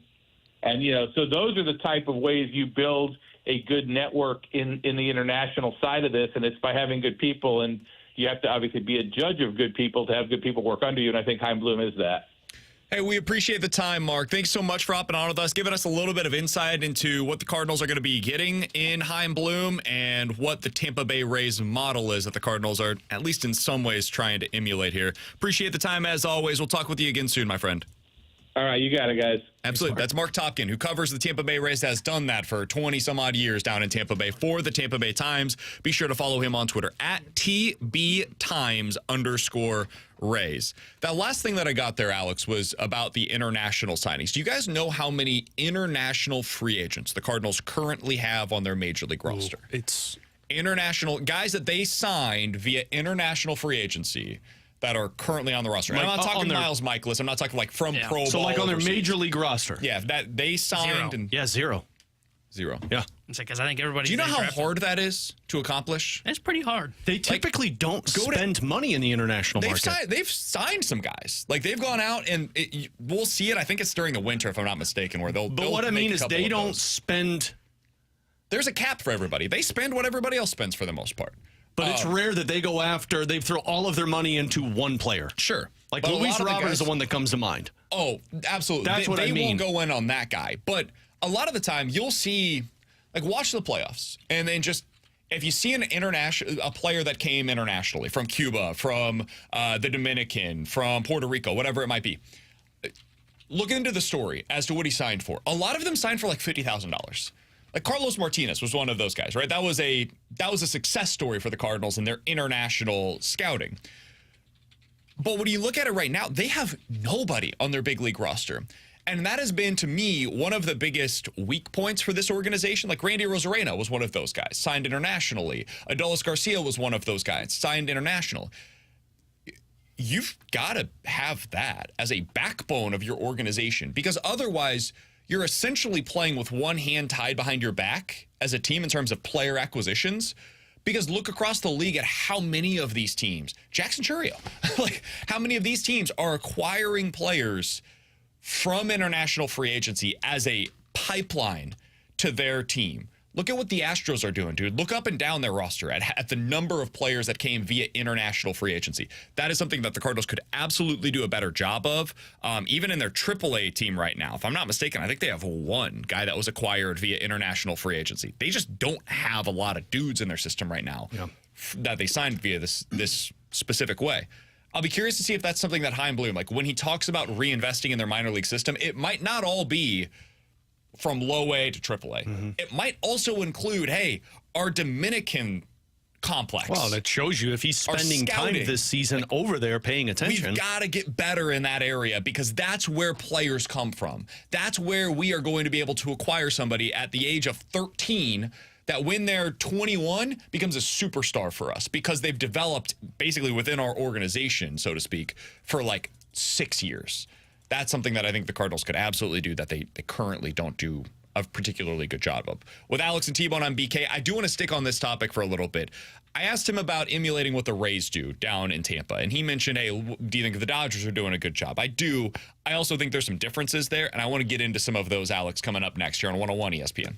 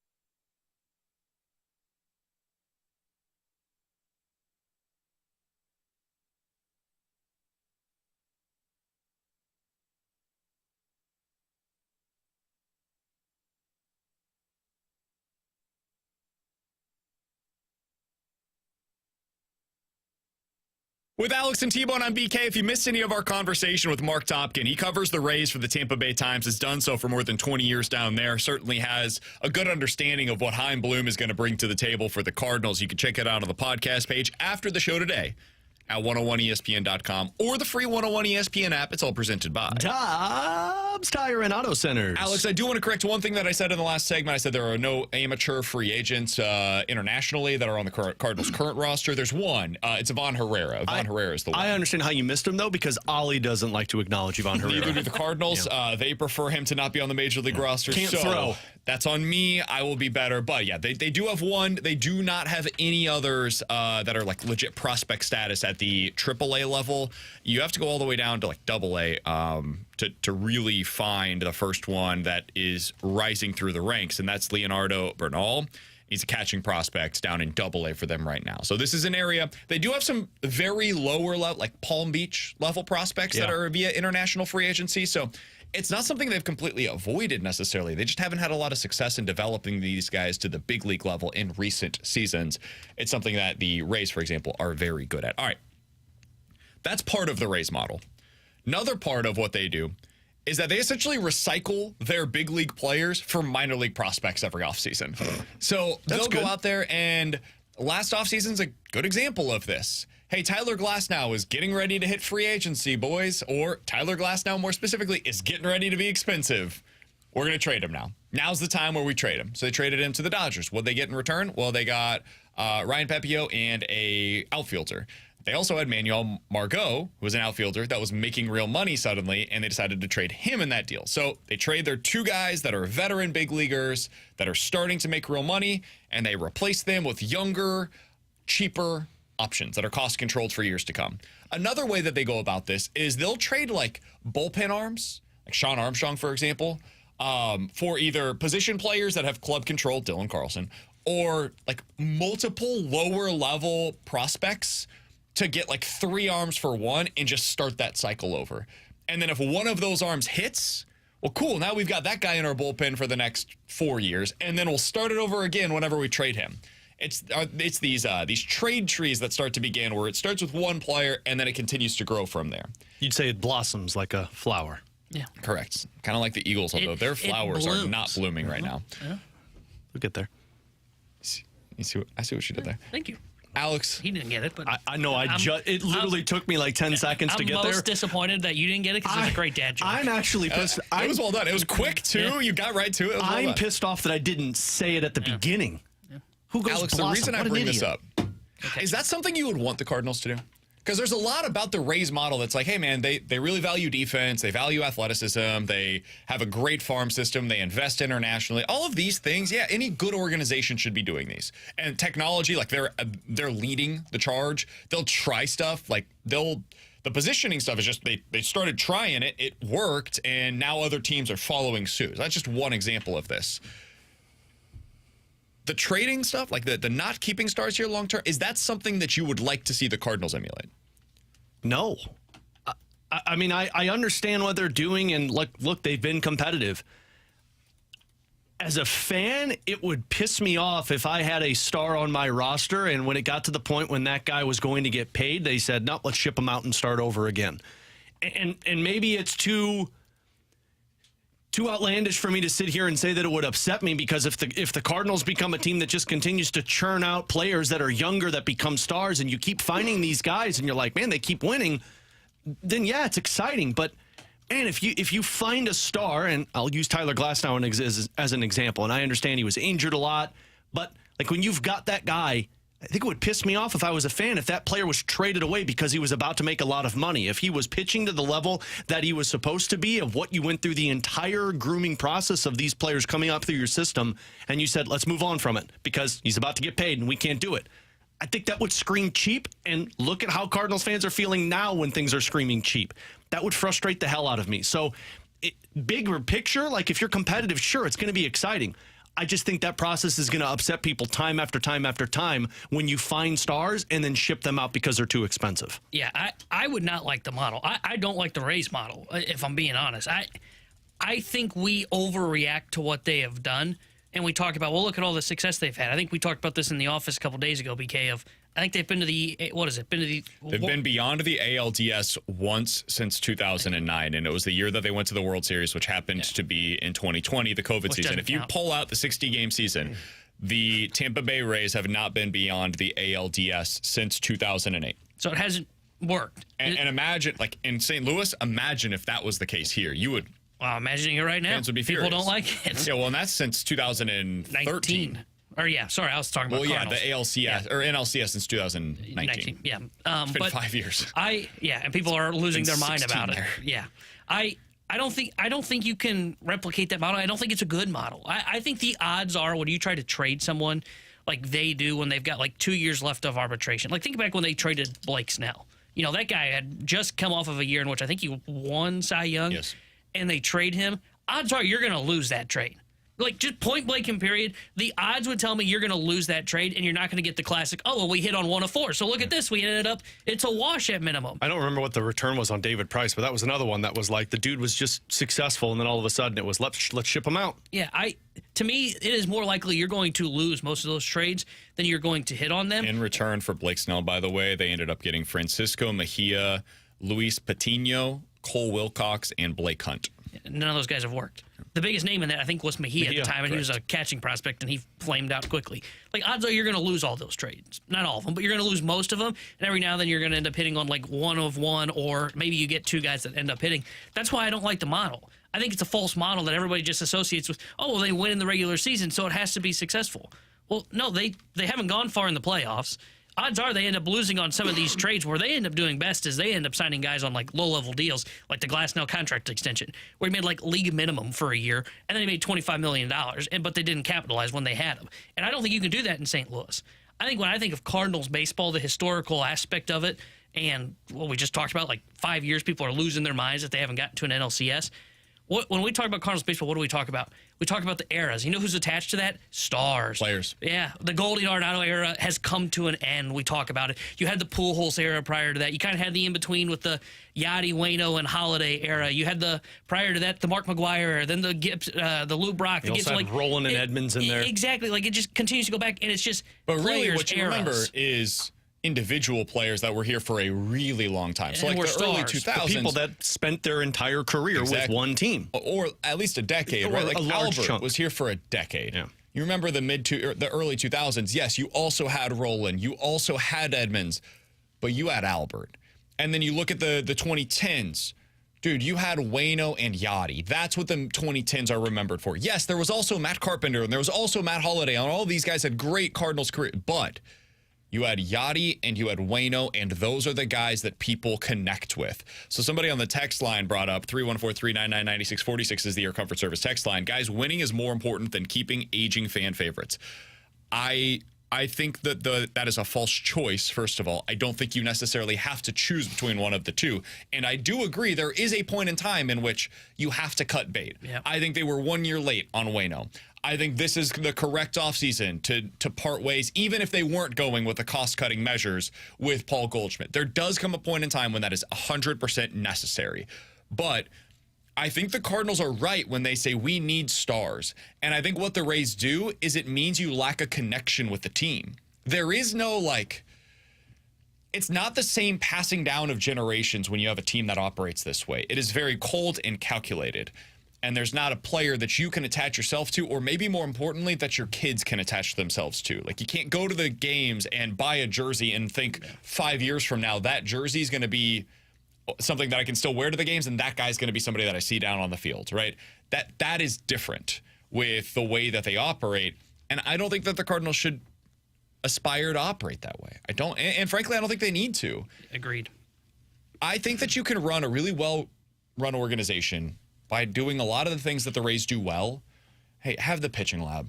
Do the stuff where they're gonna try things at the major league level. They're going to get the most out of their pitching prospects, which is the biggest thing that the Cardinals are missing right now. And they're going to invest internationally. They're going to do all the baseball-y things where they're going to have a boatload of scouts that are going to find just be a really well-run organization. All of the things that we would apply to a well-run organization is what the Rays do. The reason why they get all the credit that they do is because they do so at a very low expense. That's what makes them unique. The Cardinals don't have those problems monetarily. They don't have the same revenue issues that the Tampa Bay Rays do. So, no, there's no reason why they would need to then go to this degree to emulate that organization. You can do things like the Padres do. You can go out there and sign Manny Machado if you want to. The Cardinals can do that. They choose not to, but they could. The Cardinals can go out there, and if they have a superstar that emerges within their organization, they can give him the Fernando Tatis Jr. contract if they wanted to. When Bryce Harper was a free agent, guys, they could have signed him. They opt against it. And so that's where I think it's very different from what the Rays do, is the Rays can't do those things. It would put them behind such an 8-ball that it doesn't make sense for the organization. They bought big on one guy, and that guy ended up getting into a ton of trouble off of the field, and now they are going to be without him probably for the rest of time. But that was it.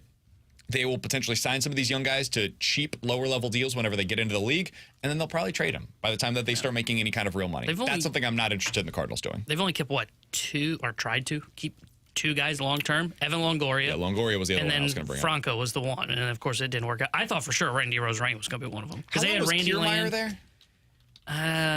Well, he was on, I meant more of, on the superstar level. Sure. Because Kiermaier feels racy, right? Where it's always we can have him for we can find another guy to do this. He was there for 10 years, but he was a superstar. And he's one of those where you can have that guy and he's never going to outcost you. 100%. And that's what I meant more of those 2 guys. I thought for sure Rosarang was going to be that guy because they marketed him like crazy. They had Randy laying in the outfield, and then they still said, no fun for you. You're gone. And they moved on. Yep.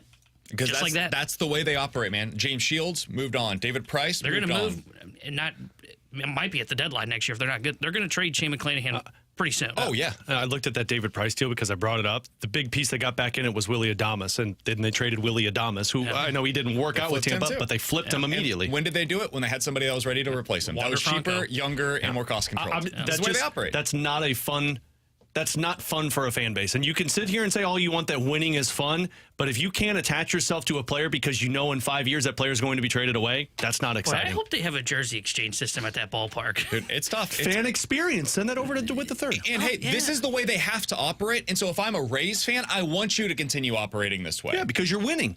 You're winning, and this is probably the one way that they can continue to win, right? It's what they are doing is smart for their market and for the way they have to operate as an organization. The Cardinals are not in that situation. The Red Sox are not in that situation.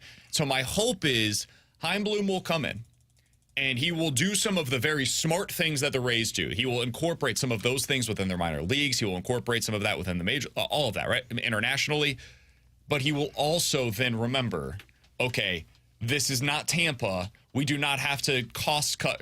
We don't have to go to the cost-cutting measures that they have to there. Some of these things, we can do that plus. That's one thing that the Dodgers have done a really good job of. They traded for Mookie Betts. Heimblum traded Mookie Betts. I think it was the ownership's decision, but that's something to really keep in mind there.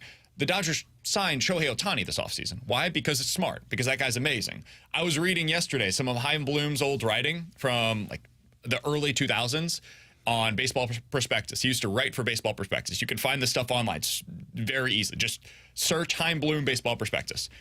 He wrote about Alex Rodriguez and how Alex Rodriguez was worth every penny on his long-term contract. So he's not, at least 20 years ago, philosophically opposed to these massive contracts that guys are giving out. But it's got to be for a legit superstar. That makes sense to me. Go get the next Bryce Harper. Go do that. That's something that this team's right, no pressure. That's really funny. He's Alex. That's T-Bone on BK. Coming up next, Brady Cook had one job this week and one job alone. Unfortunately, he screwed it up. We'll tell you what it was next year on 101 ESPN.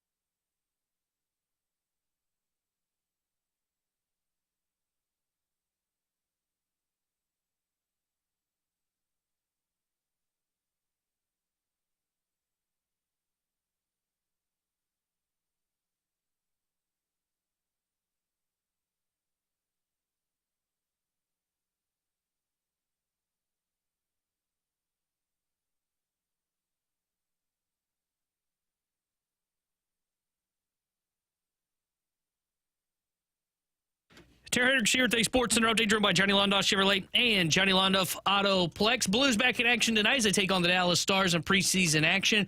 We'll have pregame coverage starting at 6 o'clock with Alex Ferrario and Joey Vitale. And then Joey will join Chris Kerber for Puck Drop at 7. The Sports Center update is driven by Johnny Londoff Chevrolet and Johnny Londoff Autoplex. See them at londoff.com. Chevy, together we drive. Are you kidding me?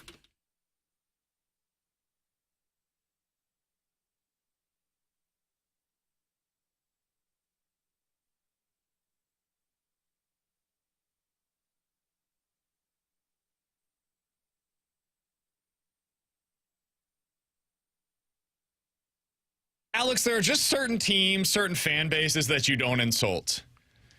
When you're going to, I don't know, Wrigley, you don't go in there and be like, man, their fan base, not that loud, not that interesting. When you go into Lambeau Field. Philly and tell that all the fans are soft. Yeah, go into Lambeau Field in Green Bay. You're not like, not that interesting of a stadium. In fact, it's so old, I prefer to go to 100 other stadiums that I could. Yeah, that one's not smart. You don't do that, right? Well, when you go to Texas A&M, this is a fan base that feels themselves. They love nothing more than Texas A&M, right? And so when you go to play them, there's 100,000 fans in the stands, and all week long you got to say, oh, it's so loud, it's so difficult to play there, but you just do it. It's the song and dance, and you have to do it. Unless your name's Brady Cook and you're asked a question about it, and then you say this. And the noise at practice is actually louder. They put these big speakers, pretty much 2 feet right behind me. Dude. You can't hear anything. It's loud. In stadiums, it's loud, but it's like a surrounding, kind of more distant loud. So it's a little different. I think it's, just as loud or louder or tougher to communicate. That's great work. We've been doing that every single rep this week. Okay, I know what he's trying to do. Of course. What he's saying is not all that, controversial, but you can't say it. Just be cliche there, Brady. What are you doing? When you're asked about the noise and how difficult it is, you just say the thing that everybody wants you to say, right? Say the thing that's going to make no news. Say, listen, we understand this is going to be a really difficult situation for us. We haven't gone on the road yet this year. It's our first real opportunity to do so, and we're going to be playing in front of 100,000 fans this weekend. It's going to be loud. We're trying to simulate the best we can, but there's nothing you can do to replicate what it's going to be like in that atmosphere. We know it's going to be crazy. We're really looking forward to it. It's a once-in-a-lifetime type of opportunity. Boom. End of story. Made no news. You said nothing. It was a bunch of word salad. Wasn't interesting. Nobody ends up taking anything from it. It's not quoted anywhere. And instead you said that, which led to this quote from Texas A&M head coach Mike Elko yesterday. Quote, "It's been interesting that we've had people call out Kyle Fields a little bit. I heard their quarterback say today that it's louder in practice than it is at Kyle Field. To me, that is a challenge to the 12th man," end quote. Oh, boy. You know Mizzou's losing this game, right? You know they're losing. We talked about this off air a couple segments ago, and I said, I don't understand how Mizzou's an underdog. I changed my mind. I'm taking the 2.5. There were so many moments in that 2018-2019 Blues season when they turned it on in the second half and they started to play well. There were still teams that just made what people called poster material. Yeah. You put something up and say, Jordan Bennington hasn't even done this before. I remember specifically the Winnipeg Jets, there was a writer there who put it out there that said, why should we be afraid of a goaltender who's never played in a playoff game before? And what did he do? He just posted against them. And honestly, none of that matters. This quote doesn't matter at all. No, but it's billboard material for the fan base. If Luther Burden goes out there and plays his game, and Brady Cook goes out there and plays his game, nothing about this is going to matter on Saturday. But when has Brady Cook played his game yet this season? If they don't, you know what is going to just set this crowd ablaze? When Brady Cook gets sacked. Oh, yeah. It is going to be deafening inside of that stadium. And there was just no reason to give them any kind of fuel to add to the fire. This is the only top 25 matchup this week in all of college football. The only one that is going to be played on Saturday. Again. It is against a team that has one loss on the season, and I don't know how good Texas A&M is. I don't think they're great. But it is your first road game, and in his first 3 seasons at Missouri, Eli Drinkwitz was 3-9 on the road. It was not a place that he had a whole lot of success. And so, this is not an easy test, man. This is, when we talked about going into the season, what is this Missouri season going to be? We circled 3 games for them. This was one, and then Alabama and Oklahoma. Those are the 3 games that determine the outcome of the year. And the reason why this one was circled is because solid team on the road, really tough environment. Don't add fuel to that fire. And Brady Cook did exactly that this week. Yeah. Oh, boy. Typically, your one job. How's nobody training him on that? Well, that's the thing is, like, typically your one job. The one job when you have press availability leading into the week is, okay, don't poke the bear. That's all you have to do is not poke the bear. F for Brady Cook. He failed miserably. I thought you were saying F in another tone, which also felt that way when I read it. Well, he did F up, so yeah. Oof. Come on, man. You gotta understand that when somebody asks you that, there's a reason why. They want to use that. Well, this is from local media at Mizzou, so they're just getting a quote, right? Oh, man, those traitors. They set him up to fail. Yeah, so they did it on purpose. Yeah. Just as we all expected. Who asked them it? All this is guy, Gabe? You have to ask the question of, hey, you're going on the road. It's a really tough environment. What are you guys doing to prepare? Classic question, right? Brady knew this question was coming. Later on that day, Theo Weiss was up in front of, because I got to write about this stuff for the Alton Telegraph. You should read it tomorrow in the paper or online. But shout out. I had to listen to all of these things. Dude, Theo wasn't saying a thing. He was like, yeah, it's going to be a really tough atmosphere. We're looking forward to it. Next question. Yeah, I'm out. That's it. I am not saying the thing. I will not do that. And then Brady went up there and had to say this. Brady did the equivalent of like, hey, so what do you think of Texas A&M as an opponent? Well, they're not really Texas. Come on, Brady. And hadn't he had to do this? Didn't they go on the road for a tough matchup last year or no? Mizzou, they did. What was their big Kentucky, wasn't it? Yeah, Kentucky was their first one that was really difficult last season. Because LSU was the home game. Because remember, they had the fake punt on the road at Kentucky last year. Yeah. They went to Vandy, was their first actual road game, and then Kentucky, and then at Georgia. That's the one. Oh, that's right. At Georgia. Yeah. And then finished out with that. I bet he didn't mention anything about the crowd noise in Georgia. Georgia, what have they ever done in college football? Texas A&M is different, man. It's almost golf.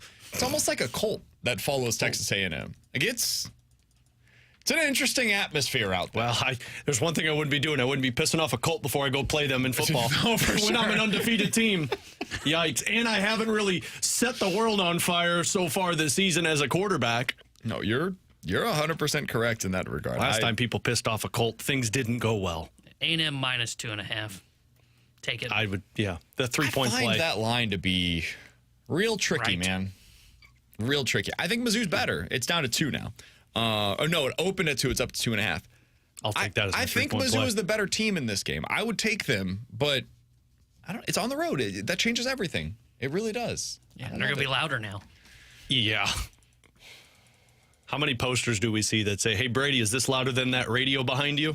Oh, dude, yeah, they're going to have a lot of those. They're going to have a lot of those. Can't wait. All I know is Altmaier would never make a reference to Oregon. I've never heard Altmaier say anything. I don't know if he's allowed to talk to the media. For a reason. Yeah. He can't screw up if he doesn't talk to the media. There's a reason Altmaier's not saying anything. Meanwhile, Brady Cook just goes out there and says, hoo-hoo, let's just shove it right back in their face. I think they win. I hope they lose. I think Brady's going to be a little more nervous now. Because I already know I'm going to grab that cut for my open for when they lose for opening of our show Monday. I think BK should say it with his chest and take it as a 3-point play. Somebody on the text line from the 636 says, Texas A&M, name another program that has done less with more in the history of college football. Perpetually overrated. Totally agree. It's the most overrated program in the country. Is that Brady Cook? Close second. Is Brady Cook sending that one out too? Good. Just double down on it. I do agree with that. There was this piece that came out earlier today on the best jobs in college football, the top 5 jobs currently in college football. It's over at The Athletic. It's a good piece. It's well-researched. They talked to a bunch of people about it. But they had Texas A&M at number 11, the 11th best job in the country. That's nonsense, dude. A whole bunch of nonsense. Now, if you want to get paid to get fired and never work again, that would be a number one Jimbo job. Fisher's done it perfectly at 2 schools. Absolutely. A&M and Florida State, because I think Florida State falls into the same category and of then this. you never have to work again. Texas A&M is like the 7th best job in the SEC, maybe? Because your expectations are through the roof every season. Yeah. And the reality is they have finished in the top 5 in the AP poll at the end of the season. Let's see here. Dating back to 1956. How many times do you think they have finished in the top 5? This is a lot harder. He just searched that really fast, so I'm going to say 3. I was going to go like once. 2, and one of those was 2020.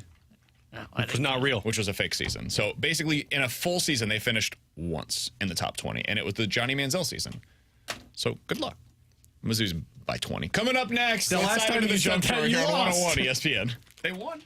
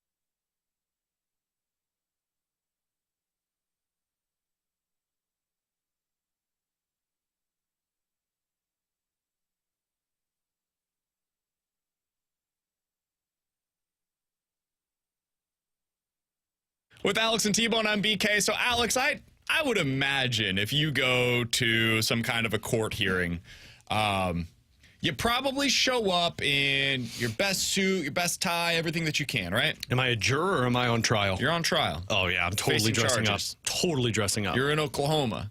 Oh, you're going to your court case. Isn't the death penalty in Oklahoma? I don't know specifically what this guy was facing. It doesn't say here, but he was in a criminal court, so I would imagine it wasn't great. An Oklahoma man who could not find a ride to a criminal court hearing on accusations that he had stolen a car worsened his legal peril by stealing an ambulance. What? What is and this, driving Grand Theft Auto? himself to the court. Authorities are alleging. Please tell me he turned on the siren. You had to have, right? So he was about 30 minutes away from his court case, and he couldn't find anybody. Nobody would take him in. So he said, you know what? I got to take this into my own hands. And he decided the only way that I can do this is to get this here ambulance and to drive it into my court case. What was going through this individual's mind? They won't mind if I borrow, right? I am technically returning it back to the courthouse. You're inside the mind of a criminal. What do you mean, like, what's going on in his mind? If he's stolen a vehicle before, his mind was like, well, I need to get there. I don't got a vehicle. There's a vehicle. Yeah. This is how we get there. I'm going to borrow. I'll give it back. He'll get it back. Yeah, he gave it back. Yeah. After more charges were brought. It's fine. It's all fine. Can you imagine stealing a car to go to your court case? Like, what is your mental space? He's probably thinking, well, I can't miss this. Gotta be there. I do need to be there. I'm gonna get in some serious trouble if I don't show up to my court case. There's only one answer here. That was just like the guy from, I think it was Georgia, who had like a suspended license, and he joined the court case because it was on Zoom, and he joins it while in a car while driving. Hey, I'm parking real quick. Just give me a second, Judge. And like it's just. Are you driving? Yeah. Yeah. Hold on, I'm parking. Aren't you on a suspended license? Yeah. Oh shoot. It makes sense, but like, what are you doing? Like, at least go get a car that nobody's going to understand. You're going to get something that's got like low jack on it that people know exactly where it is at all times. You know, there was security that was there that saw this ambulance pull up, and their first thought was, "Why is an ambulance here?" And then this random guy gets out. Tell me he pulls up in the lights. They go, "Why are you driving an ambulance car?" I had to borrow it to get here. I didn't have a ride to get here, and I had a court case. You told me to be at the court case. Speaking of court cases, so you asked, am I going for the jury or am I going to be on trial? I got another thing in the mail the other day about being a juror in Kansas City.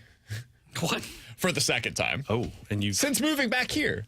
Oh, you they send it to my mom's place, and she sends it to me. She's like, "Hey, you're expected for jury duty." And I was like, "Ma, I don't live in Kansas City. I pay taxes here. I own a home here. My car is registered at my address. I am registered to vote in November at my place in St. Charles."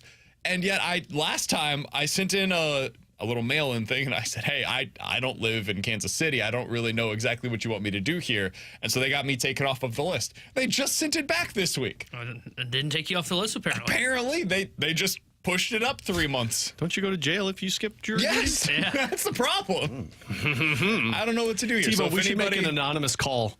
If anybody in our text line has had this issue in the past where you move away from somewhere and they still want you for their jury duty, please let me know what I need to do in order to get off of this list. Tebow, let's make an anonymous call to the courts in Kansas City and be like, "Hey, I know of somebody who has not shown up to 2 jury duty requests." I have to respond at some point in the next 7 days or I'll be, wanted. 7 days. It's ridiculous. He's Alex's Tebow on BK. Driving into work with a Coming up in 15 minutes. BK. He's going to get pulled over for not putting his seatbelt on and be like, "You're wanted in Kansas City." I'm stealing an ambulance and driving to Kansas City. That's what's going to happen. Keep the lights off. You'll be fine. In 15 minutes, we'll play our game of Believe It or Not. You guys send in your text right now. 314-399-9646 is the Air Comfort Service text line to get involved in the show. But coming up next, so if Mike Shildt wins the World Series, what's that do for John Mozeliak's legacy here in St. Louis? We'll talk about it next year on 101 ESPN.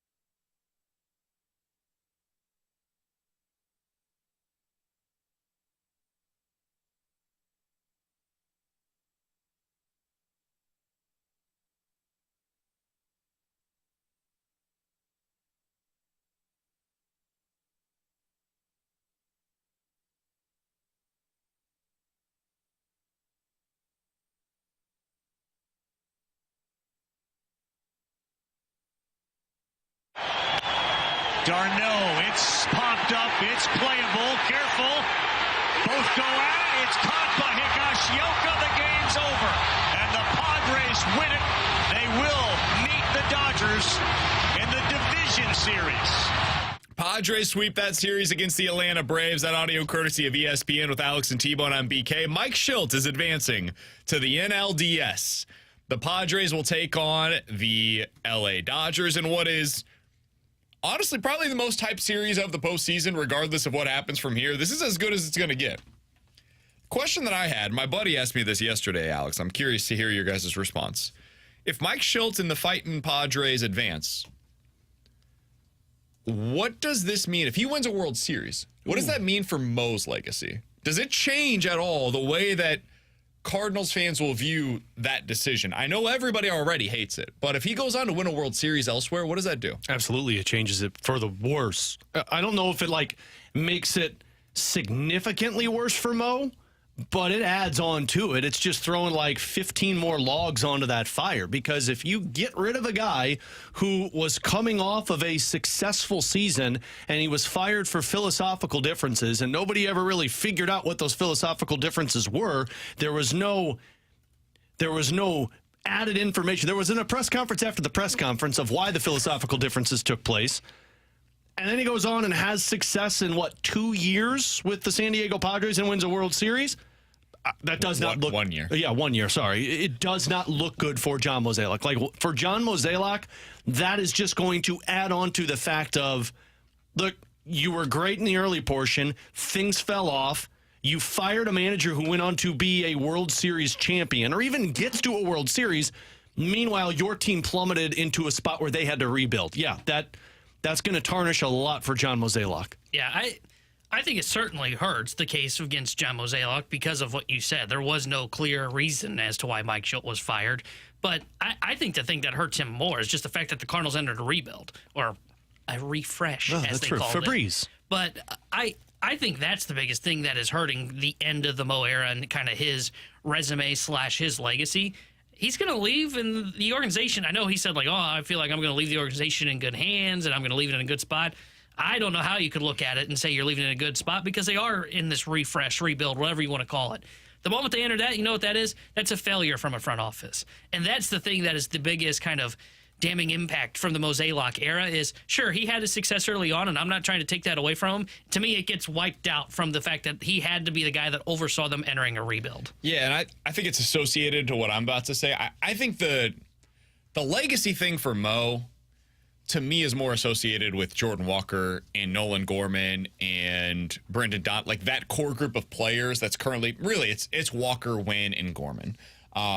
And what happens next with him. I don't know what it's going to be, but if those guys end up, I think Wynn's a good player, and I think he's going to be a good player, so I'm kind of setting him aside. But it's really Gorman and Walker. If those guys don't end up becoming some level of star for the Cardinals, to me, that's what Cardinals fans are going to look at, because it's what forced them into this retool, rebuild, refresh, whatever you want to call it. God, we're back to saying 3 words every time we talk about it. But if that doesn't work, then that's what we're going to be talking about. I think the Shildt thing, I get it, and it's an easy thing to point to and be like, well, that's what they got wrong. That was a symptom, not the root cause.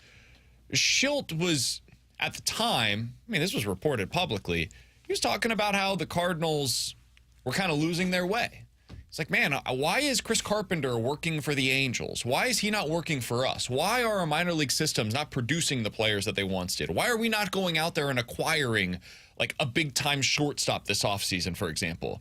And that was one of many reasons, apparently, as to why he ended up going elsewhere. I don't think that alone would have got him fired, but they had their reasons, and whatever. They ended up going their separate ways. I think Shildt's a good manager. I said that at the time. We had our disagreements, obviously. There were things that he would do in game that I disagreed with. Just philosophically, I wasn't particularly aligned with the way that Mike Shildt manages. But he's good at it. Clearly, he can manage a team well. I don't think the reason why the Cardinals are where they're at right now is because they fired Shildt and went to Ollie. I don't think that's it. I think the Cardinals are here for a million different reasons, and I think those reasons are why Mo's legacy should be tarnished in a lot of ways for what happened at the end. That's what I would agree with, because I I think if you had Shildt managing this team, I think you probably would have seen them have the same results. I don't think you bring in Shildt and this roster ends up winning 90 games and makes the playoffs. I think last year they were still a 90-loss team if you had Mike Shildt. And that's not to say... Like Skip, Shildt, Boshi, whoever you want to throw in here as the manager, TLR, they weren't going to win with that roster last year. And this year, I think it would have been probably pretty similar, as long as it was a good manager. If you had a bad manager this year, you could have lost 90 games again. If you had Matheny here... Oh, yeah, no. And the bullpen would have broken, and that would have been why you had 90 losses this year. And maybe Shildt would have fallen into that, but I think he's actually gotten better with dealing with the bullpen over time than he originally when he was here. But that's why I'm with you. I think once you've entered this rebuild, how do you get to a rebuild? So it's not just especially as the Cardinals organization. There are teams that just do it because it's, hey, this is what we supposedly have to do. We have to enter a rebuild. We have to have 3 years of success, tear it down to the studs, and restart, get the high draft picks, and try and do this with young, cost-control talent. Cardinals organization is set up in a unique position to where, for me, if you run things properly, you maybe you never avoid a retool, but you definitely avoid a rebuild. And I think what you saw over time, and you could kind of see the iceberg coming with the way that you looked at their pitching, like 2021, had no pitching. 2022, yeah, they got it right with Montgomery and Quintana, but again, they had no pitching that they had to go out there and get those guys. And finally, 2023, it breaks, the dam breaks, and it just was a complete failure. We also knew at the time, they made Mike Shildt into a martyr. Like what they did by saying it's philosophical differences and not naming any of the things that led to the Mike Shildt firing, whether they should have or shouldn't have, we knew what that was going to do. It was going to make Cardinals fans turn against the organization and turn toward Mike Shildt and take his side because it looked completely unjust. How can you possibly suggest that this guy who had success with you and was expected to get a contract extension that was deserved, how did he end up getting fired? Where on the call it's, hey, Shildt, this call is not going to go the way that you expect it to. Like the turn of how quickly it happened, I remember at the time Will said, this is a fork in the road moment for John Mozeliak. And this is now officially, with no questions asked, he owns everything that comes from here. Mm-hmm. And on the other side, if Shildt ends up going elsewhere and you don't have the success here that he has elsewhere, it will be a poor reflection on you. There's no way to get around that. Even if it was completely justified and they just didn't want to say it out loud because they like Mike Shildt and they want him to be able to go on. I don't know. But whatever the reasons, they chose not to say them publicly.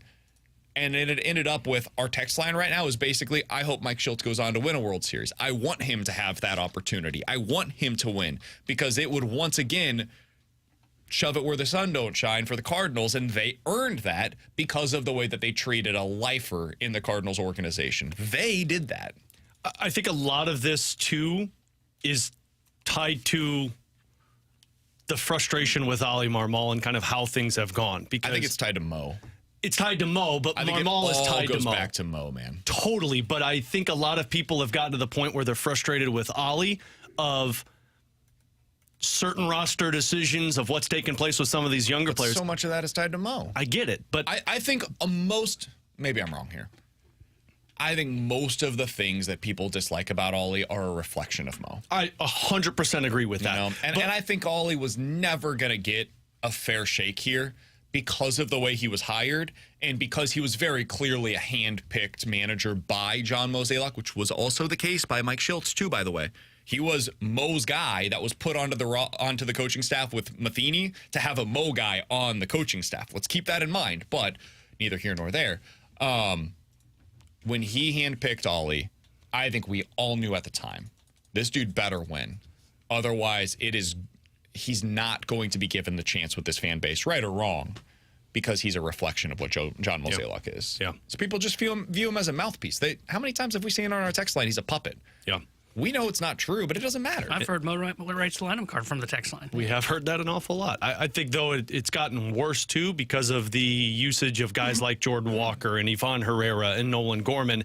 But, again, it all goes back to Mo. It just amplifies it even more on Oli, which is why it feels like so many people go back to Mike Shildt and say, this was the guy that pushed back, and Lee got fired for it. No doubt. Last thing that I wanted to get to here, speaking of former Cardinals coaches, right now, Skip Schumacher is a free agent. He can go manage wherever he wants to next year. I think he's going to get an opportunity somewhere.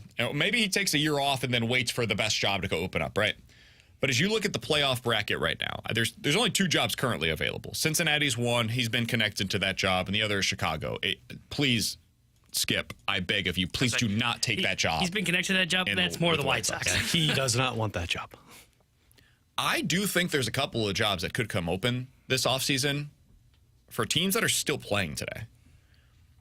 If the Dodgers lose to the Padres, man, eventually they're going to have to change. Eventually they're going to have to say, this isn't working what we're doing currently. We've got the roster. We have what we need internally. We're going to have to change something, and it's probably going to have to be the manager. I think Dave Roberts is a really good manager. I don't think it would be necessarily deserved, but this is the way that it works in baseball. And the Yankees last year thought about changing the manager. At least publicly, the fan base wanted them to change the manager. They end up with the best record in the American League. They're going up against the Royals now. I love my team. That's my hometown team. I love Salvador Perez. Bobby Witt Jr. is one of the most exciting players in the sport. I'm wearing a shirt for Bobby today because he won us. No, don't do that. Oh, okay. He did. Bobby. I knew you never were a Cardinal supporter. We get it, man. But, dude, if they lose to the Royals, he's got to be fired. Like, you can't lose to this team. You can't. Everything has come up Yankees this postseason. Orioles, gone. Astros, the one team that you really feared in the American League, done. It's the Guardians, the Tigers, and the Royals. 3 teams from the American League Central. You've got to come out of the AL if you're the Yankees this year. And if you don't, I think they might have to make a change there at their managerial position. If I'm Skip Schumacher, that's what I'm looking for. The Yankees or the Dodgers? I want one of those 2 jobs. One of those 2?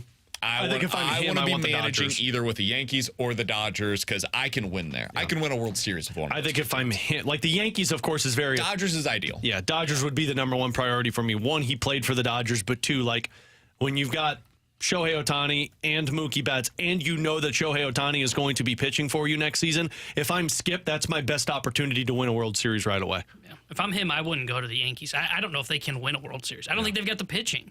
And with that being said, I don't know how it gets better because they've already got like a $300 million payroll, and they're going to have to pay Soto this offseason. Yeah. Like, I think the Yankees, to me, Boone is the one that's got the hottest seat because you're right. The AL has come up significantly in their favor. The National League is loaded still. I think if the Yankees miss out on this, I do think Aaron Boone will be fired if they lose to the Royals. But if I'm Skip Schumacher, I would not go to the Yankees. I understand that they have the payroll. I don't think they're positioned well. I think they've got a bad core of pitching, and they've only got 2 superstars that they can build around, and that it would be Soto and Aaron Judge. And don't get me wrong, those guys are awesome. They don't have anything else beyond that, and because they are paying so much already, it's going to be hard to see where they pivot and go forward. At least with the Dodgers, they're kind of in that same conversation of, hey, they've already committed billions of dollars to their payroll. The thing for the Dodgers is, yeah, you've got like 3 legit studs in your rotation. When Glasnow's back, you'll have Yamamoto. You'll add Shohei Ohtani to it. You've got a legitimate 1, 2, 3 in that batting order, and you've got some nice complementary pieces in like a Gavin Lux, a Will Smith. Like, that's the ideal job. No doubt. If I'm him, I am rooting for Dave Roberts to be fired and take that job. And it's on the West Coast, and that's where he's from, too. Yep. So that's the one. If I'm Skip, I wait and see what happens. Everybody can keep calling me. LA is ideal. I have to settle to be the New York Yankees manager. Would you go Cincinnati over the Yankees? No. I would go Yankees because Reds are cheap, but I still would. I would avoid the Yankees job. One team I'll throw in here. I don't think they'll do it, but they're an interesting team to keep an eye on is the Phillies, because the Phillies are another team that their owner's been like, I want my trophy back, and Dombrowski's built another really good team. Yeah. And if they end up going out early, can I name one more? Cardinals. That Orioles team was not well managed. No, that's true. But if you're the Orioles, your your management's not going out there and trying to bring in the best roster possible. They have a new ownership group as well that just came in. I'd be curious to see what happens there. That's another team, by the way, if I'm the Cardinals. What are they doing this offseason? What's their plan? Are they going to trade? Are they going to try to kind of move apart some of these pieces? Because this construction didn't work, and it hasn't worked now for a couple of years.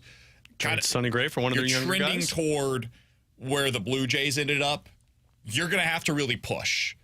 I'll be curious to see what they do. Sonny Gray maybe would be an interesting name for them if the Cardinals are willing to eat some of that money. I mean, even putting together a package of position players for the Cardinals that are good position players at the major league level, traded for more uncertainty with some of their position player prospect status that they have.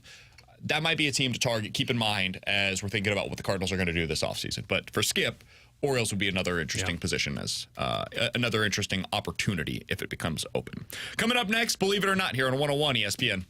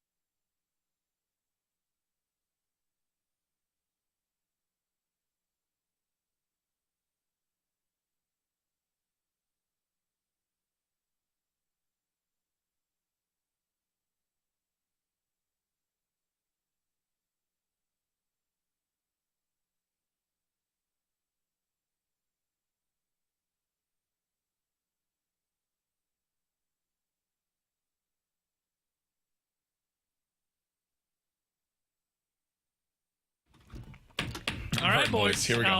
Quit making excuses Don't over fly there. like an eagle here. Believe it or not, I'm walking on air. I never thought I could feel so Free, flying away on a wing and a prayer.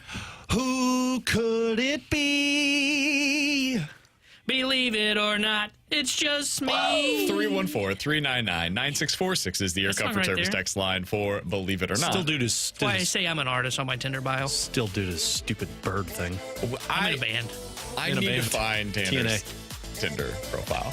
We need that Says I'm so in a band. badly. I don't think he has one. We've got to post that on our Instagram page, the 101 ESPN Instagram account. Oh, if I find it, it will be everywhere. It's got to be like the McLovin fake ID. That's got to be. I imagine that's what It T-Bone's says you're an Tinder profile. organ donor. I just want to see what it says. I'm gonna Google Like- Tanner Hendrickson Tinder. It's It got. won't pop up like. It's got to say, like, I don't know could about hit a Tinder. 100-mile-an-hour fastball from Ryan Helsley. If In a I would have band. been in the Olympics, I would have Full earned scholarship gold in as a ping pong. tennis athlete. Yeah, I just want to know what it says. It Chick has, magnet from the years 2004 to 2009. I don't have that one. I should have that one. You might have heard me on the radio. I'm kind of a big deal. Oh, all right. 314-399-9646 is the Air Comfort Service text line for Believe It or Not. Guys, believe it or not, the St. Louis Cardinals will enter next season with Eric Fetty as their opening day starter. Not believe it. Miles Michaels will be your opening day starter. That is so Cardinals-y. That feels right. I'll say not believe it, and I'll say it won't be him, hopefully. I will say it will be Andre Palante. I think you can see where Palante has the best camp, and they reward the kid. Dude, that's brutal. Be like, hey, opening day, Andre Palante. Tell me you don't have playoff hopes without telling me you have playoff hopes. Don't try to justify that. Who would you rather have, Miles Michaelis or Andre Eric Palante? Because Fetty. for me, it's very clearly Andre Palante. I'd probably go Palante? Michael McGreevy. Just tells me where you're at as an I'd organization. go McGreevy no. over Palante. Hell, if you're going down this path, throw Quinn Matthews into that conversation. That would be awesome. If you're going young, I'd go real young. I'm fine with it. If I'm not mistaken, I think Cole Reagan started opening day for the Royals this year. Yeah, I think he did. There you Either go. him or Lugo. I can't remember, but I thought it was him. It was Reagan's, yeah. Reagan started opening day for the Royals this year. So it's not unprecedented. Now, Reagan's he also pitched played last at the year. big league level last year, whereas it would be the first opportunity ever at the fine. major league level. It's Fine. Look at what happened with Paul Skeens this Go season. get this. Go get it, kid. Yeah, you got it. I'm in agreement with you, Alex. I think it's going to be Miles Michaelis. What do you got for Guys, us? believe it or not, Dylan Holloway scores more goals than Zach Bolduc this season. I don't believe it. Believe it. I think we were right all along, and I think that Zach Bolduc will not be on the opening night roster, and then it's going to take a little bit for him to make it back. If that first power play doesn't work, and I mean, honestly, we've only seen it once together. Tonight, you might get another good look at it. I think he might be the first guy that gets the promotion to the first power play unit because he's versatile in what they're trying to accomplish. Now, I don't know who drops down in that one, but I could see them giving more opportunities to a guy like Dylan Holloway, not just in your top six, but on power play. And the kid was doing penalty kill. I believe it was that Utah Hockey Club game that he played against them in Iowa. He was on the penalty kill, too. Quick dynamite drop in from the text line. Quote, you guys suck bleep. What's Sorry, the man. bleep? Yeah. A. It could. Oh, A? Okay. Well, I thought it was another one. Thought it was another one. How will I ever recover? Believe it or not, we will see Braden Chen centering the second line by the 15th game of the Believe it. season. You could have said, you could have stopped. We will see Braden Shin centering the second line by, and it could have been opening night. I was Man, I want to believe this one, but I got a feeling the Blues are just going to, keep their stern foot down and say, no, Pavel Buchnevich is the centerman for us this season. And they'll move Shen back to a wing. Foxel will move up. I think it's going to take them a little bit before they move Buch off of that center spot. He's the one, and Joey told us that. He's got a long leash in that position that they're going to just keep going out there with. That's why I changed the number from 10 to 15, because I think 10's about when you get a good sample. I mean, that's an eighth of the season. I was saying, how many games, what month are you? Are you in November by the time you hit 15 games? Probably. Gotta be, right? Yeah. I mean, you're probably near the end of November, I would think. I tried to pull up the schedule and it said, oops, sorry, error. Oh, that's not a good sign. you're But not I think you're going to get about a 10-game run with Buch at center, and then they're going to go from there. And then they'll say, okay, you know what, this isn't it. And then I think that's when they have the same conversation about Bolduc of, okay, what's he look like in the AHL? Our power play, how's it doing without him? Maybe we bring him back up here. All right, 314-399-9646 is the Air Comfort Service text line for questions and not for questions and answers, for Believe It or Not. Sorry, a lot going on right now. Somebody on the text line said, BK, did you just snort? No, I apologize, guys. I'm playing hurt today. Coming down with a little bit of a cold. To be fair, I do a lot of snorting. It's an uncontrollable habit of mine. When I laugh really hard, the snort comes out. I'm trying my best. All right, believe it or not, That's how guys. you take one for the team, T-Bone. The Cardinals will make it to a World Series before the end of a decade. So a decade or this decade? 2030. Okay. I thought you meant like a decade, because that's a big field. Forget it. If they're going down this path, I don't see this turning into 6 years from now, you're a World Series contender. Could they be a team in the playoffs? Possibly. But if you're telling me World Series, no, I'm not going to believe that. Of course you are. I mean, why not? Like, You're part of the Bluminati, aren't you? I'm going to be. I know, buddy. I know how this works. Let's go back to, so this would be like 5 years ago.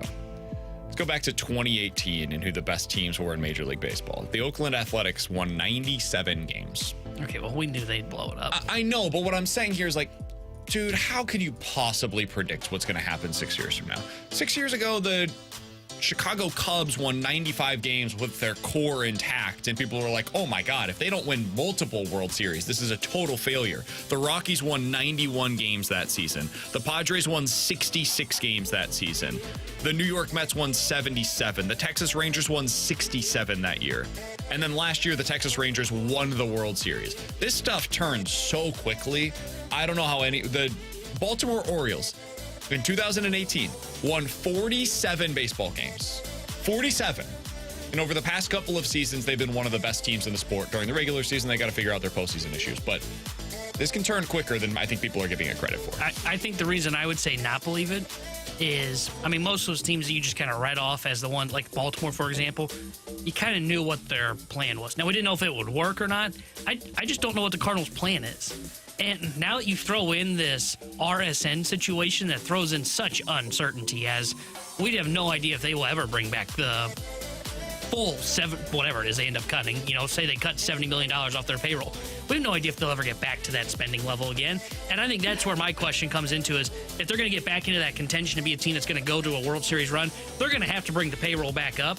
And I'm also going to have to know what their direction is as an organization. And I don't know either of those I think answers. you're 2 years away before you get back to the point where you're not like slashing payroll and you're actually bringing more money in. And then now you're talking 2026. And if you're going down a youth movement, you're talking about maybe a couple years before those young players are developed to where you need them to be. And now you got 2 years to get to a World Series. 2027. Let's go. Last thing here before we get out. Believe it or not, guys. He heard my math that I just did. Yeah, you're fine. Okay. Believe it or not, the Houston Texans are becoming too predictable offensively. This was a tweet that was just sent out by Nate Tice, who does really great work for Yahoo Sports. Since week one, the Texans offense has had 46 snaps on third or fourth down. 46 snaps on third or fourth down. They have thrown the ball on 46 plays. Every single third or fourth down play that the Texans have had, they have thrown the football. Yeah. Believe it or not, the Texans have become too predictable offensively. And it's because they don't have a running game anymore. I mean, I know Mixon's hurt, but like you can't run. There's no threat with Cam Akers. When they get Joe Mixon back, that was that first game of the season for them, to where like you saw Mixon go off and teams didn't know. They know exactly what's going to happen. Stroud's going to drop back and you're going to throw because you've got three receivers that you can go to. You don't have a running game. Yeah, I'll believe it. I think they'll get away from that. Like, I don't think they're going to continue to throw the ball every third down. But I think you're right. I think you're spot on. Coaching. I think when they lost Joe Mixon, they knew they didn't have a running game. And Cam Akers just isn't that guy. That's why Sean McVay couldn't get rid of that guy fast enough. So I'll believe this. That's T-Bone. He's Alex. I'm BK. I agree. I do think that they have become a little bit too predictable on the offensive side of things. I think they're still a really good team, but they've got some things that they need to get figured out. Coming up next, we looked at the pitching matchups yesterday across Major League Baseball, and it came to mind for us, man, we talk a lot about the number 2 starter. Did we overstate that and how difficult it is to predict who your number 2 starter is going to be when you get to this point in the season? We'll talk about it next year on 101 ESPN.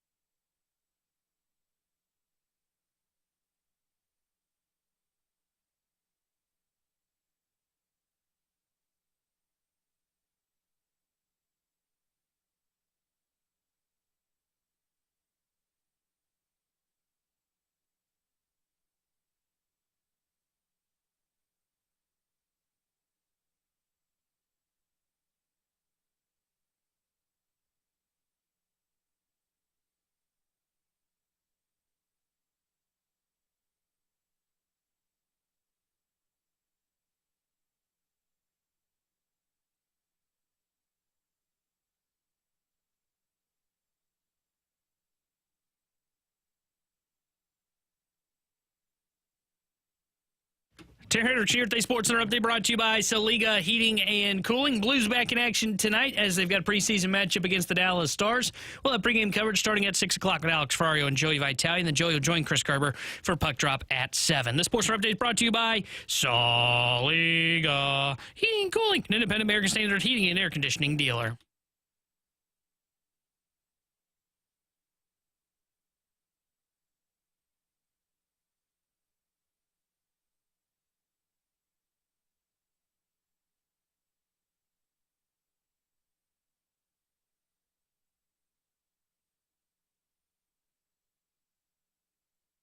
Did you see the guys that were starting across Major League Baseball yesterday for teams? Because it was not particularly impressive. With Alex Ferrario and Tanner Hendrickson, I'm Brandon Kiley. It's BK and Ferrario here on 101 ESPN.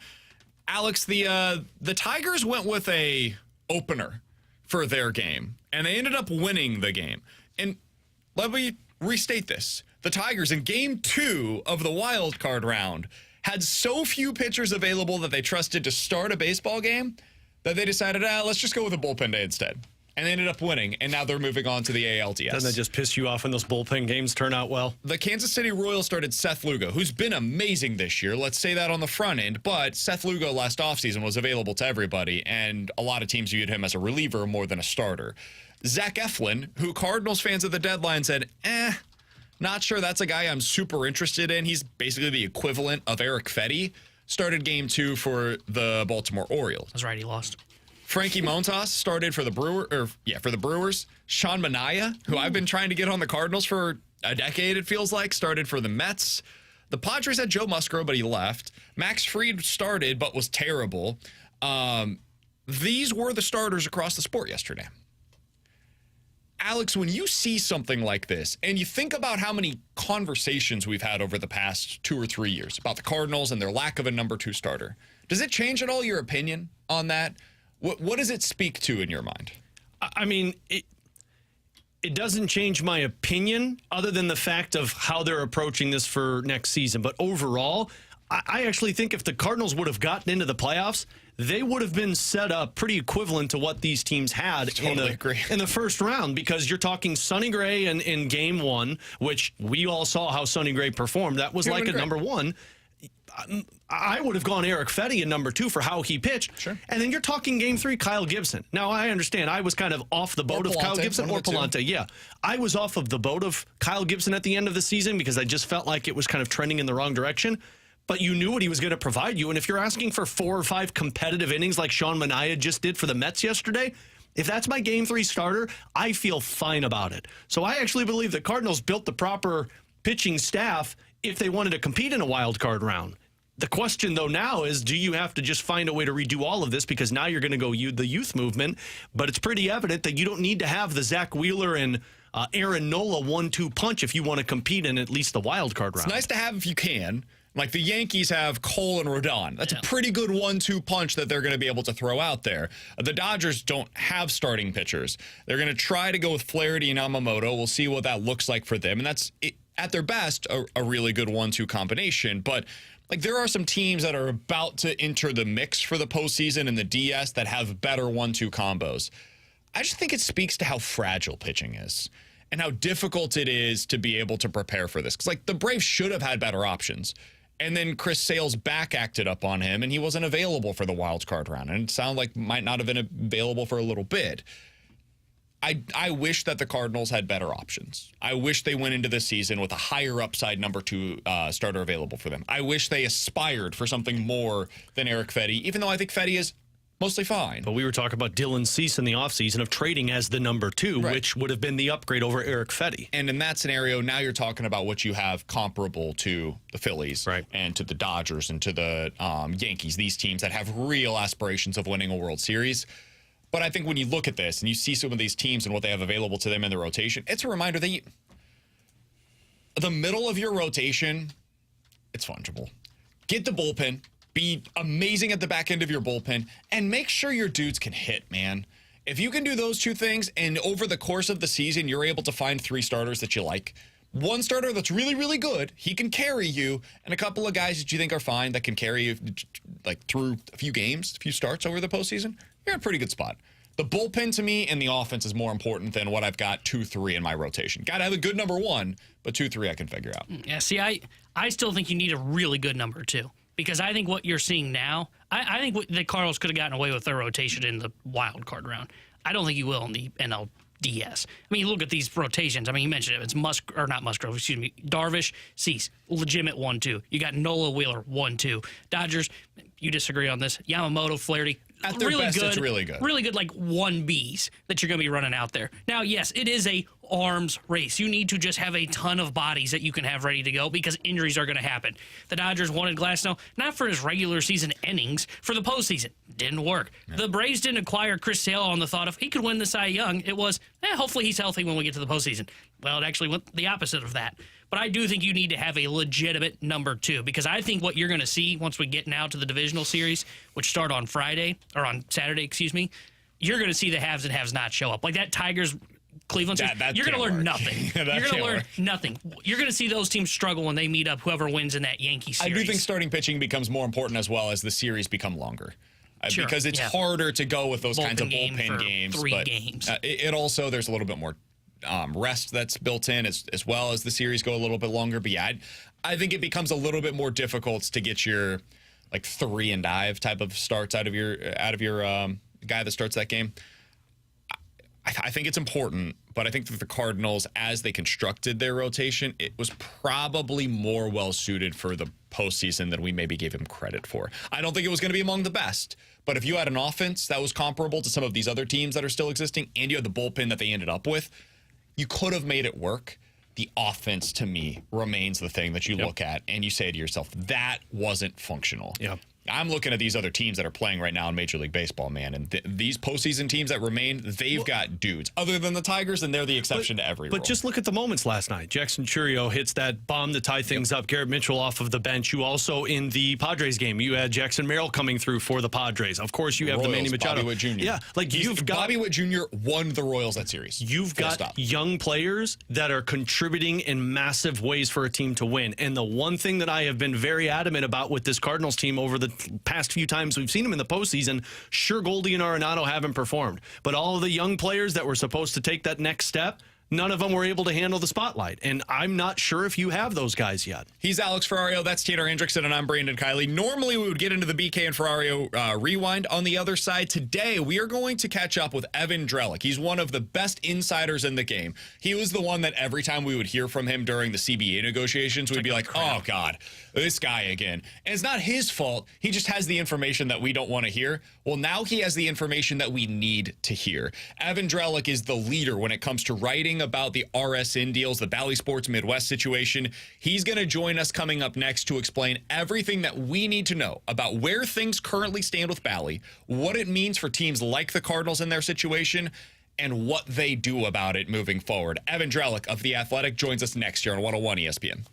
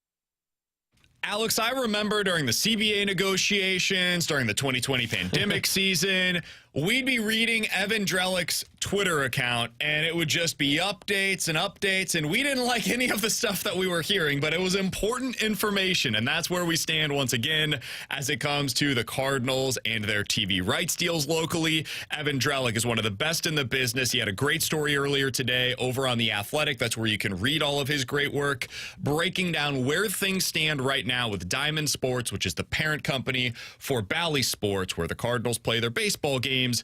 He joins us now via the 101 ESPN hotline. Evan, we appreciate the time, man. I know all of this can get very complicated, but as simple as you can, where do things stand right now for teams like the Cardinals that are kind of in flux when it comes to Diamond Sports and Bally Sports broadcasting their games next year?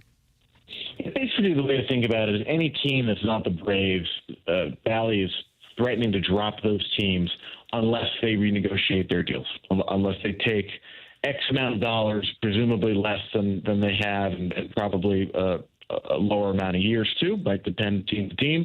But that's the proposition that exists right now. And Diamond and MLB have had a particularly they hate each other, and it just keeps rolling on. This bankruptcy case that began more than a year and a half ago at this point. Is there incentive for clubs to renegotiate these deals, Evan, because they've got the opportunity now to potentially take these rights back and then either sell them themselves or do whatever they please with them? Is there an incentive for some of these teams to do that renegotiation, in your opinion? Yeah, the incentive is the upfront, quote-unquote, guaranteed money. You know, if it's not that money wouldn't exist in other models, but, you know, let's say the Cardinals joined with a bunch of other teams and created a streaming service, through MLB. Well, you're relying on subscriptions then. You know, you'd have some advertisers, but that's not the same as a regional sports network saying, I'm going to pay you 30, 40, 50, whatever amount of money it is annually to carry your games. And so there's a reason we saw teams like the Twins last year go back to Bally on a one-year deal because it's reliable, and there's nothing people love more than knowing I'm going to get a certain amount of money.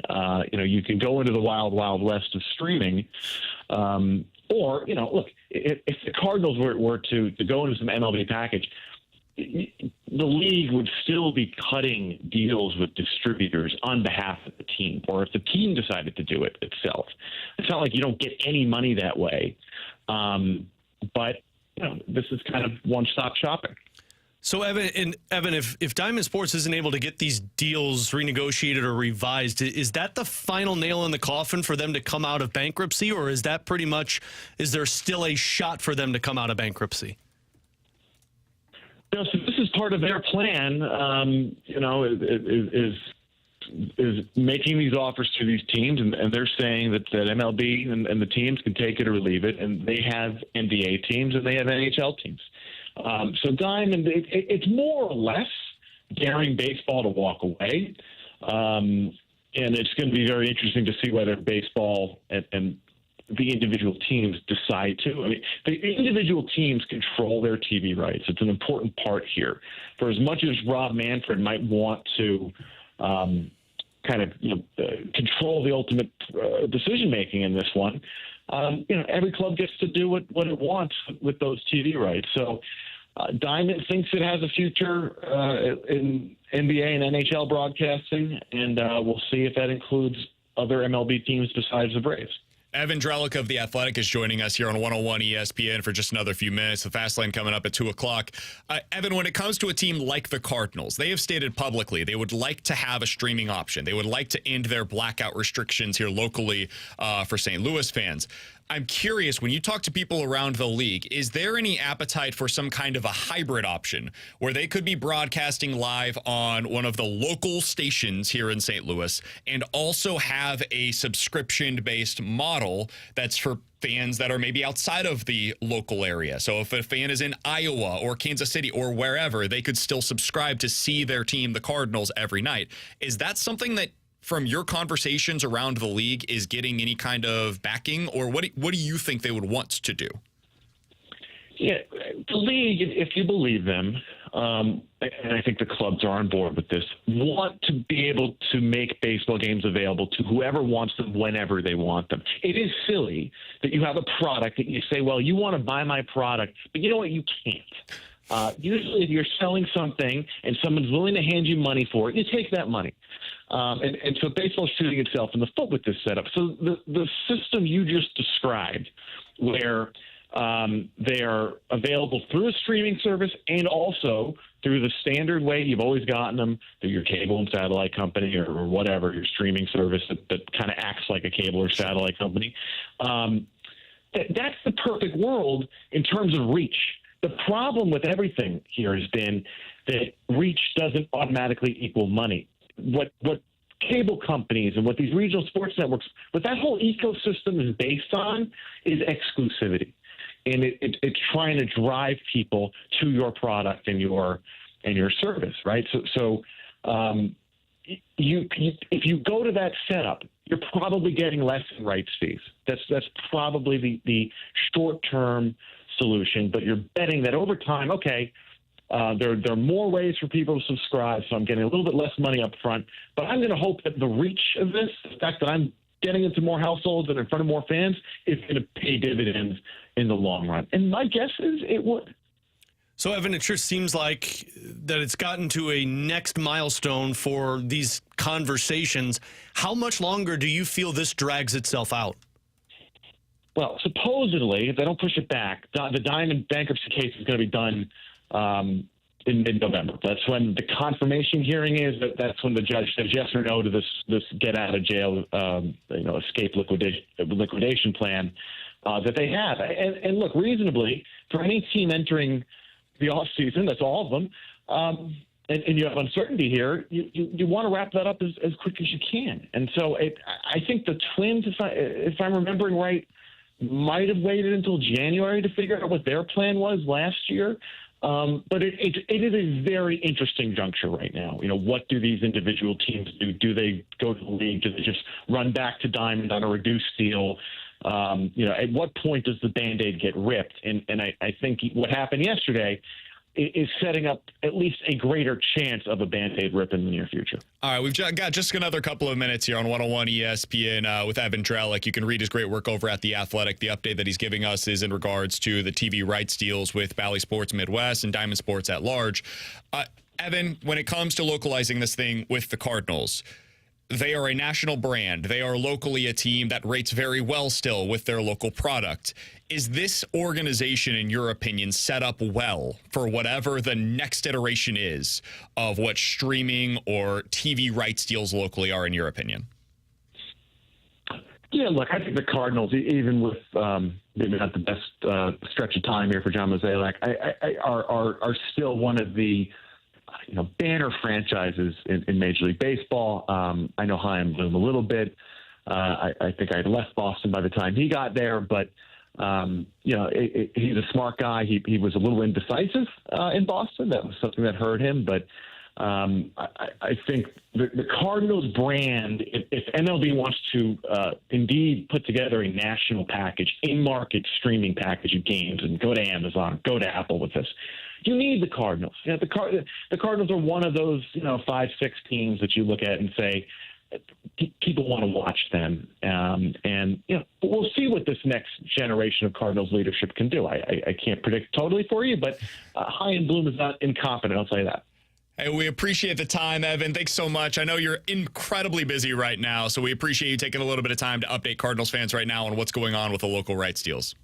Thanks for having me, guys. You got it. That's Evan Drellich joining us here on 101 ESPN. If you want to read his full article from earlier today, you can do so over at The Athletic. You can always follow him on Twitter for all of the doomsday updates that he provides. It's really good information. He just, generally speaking, reports on stuff that's like not what you want to hear as a fan. We call him Dr. Doom. At Evan Drellich, Drellich is where you can go to find it. Hey, if you missed anything from today's show, be sure to check it out on the podcast page, 101ESPN.com, and the free 101 ESPN app is where you go to find it. It's all presented by Dobbs Tire and Auto Center. Coming up tomorrow, we are going to hear the Boston perspective on Chaim Bloom. Today, we got the Tampa Bay perspective. Tomorrow, we'll hear the Boston perspective. I'm going to guess it's probably not quite as rosy as it was today. So we'll hear that tomorrow. We will also be joined potentially in studio by Mike McKenna talking a little bit of Blues.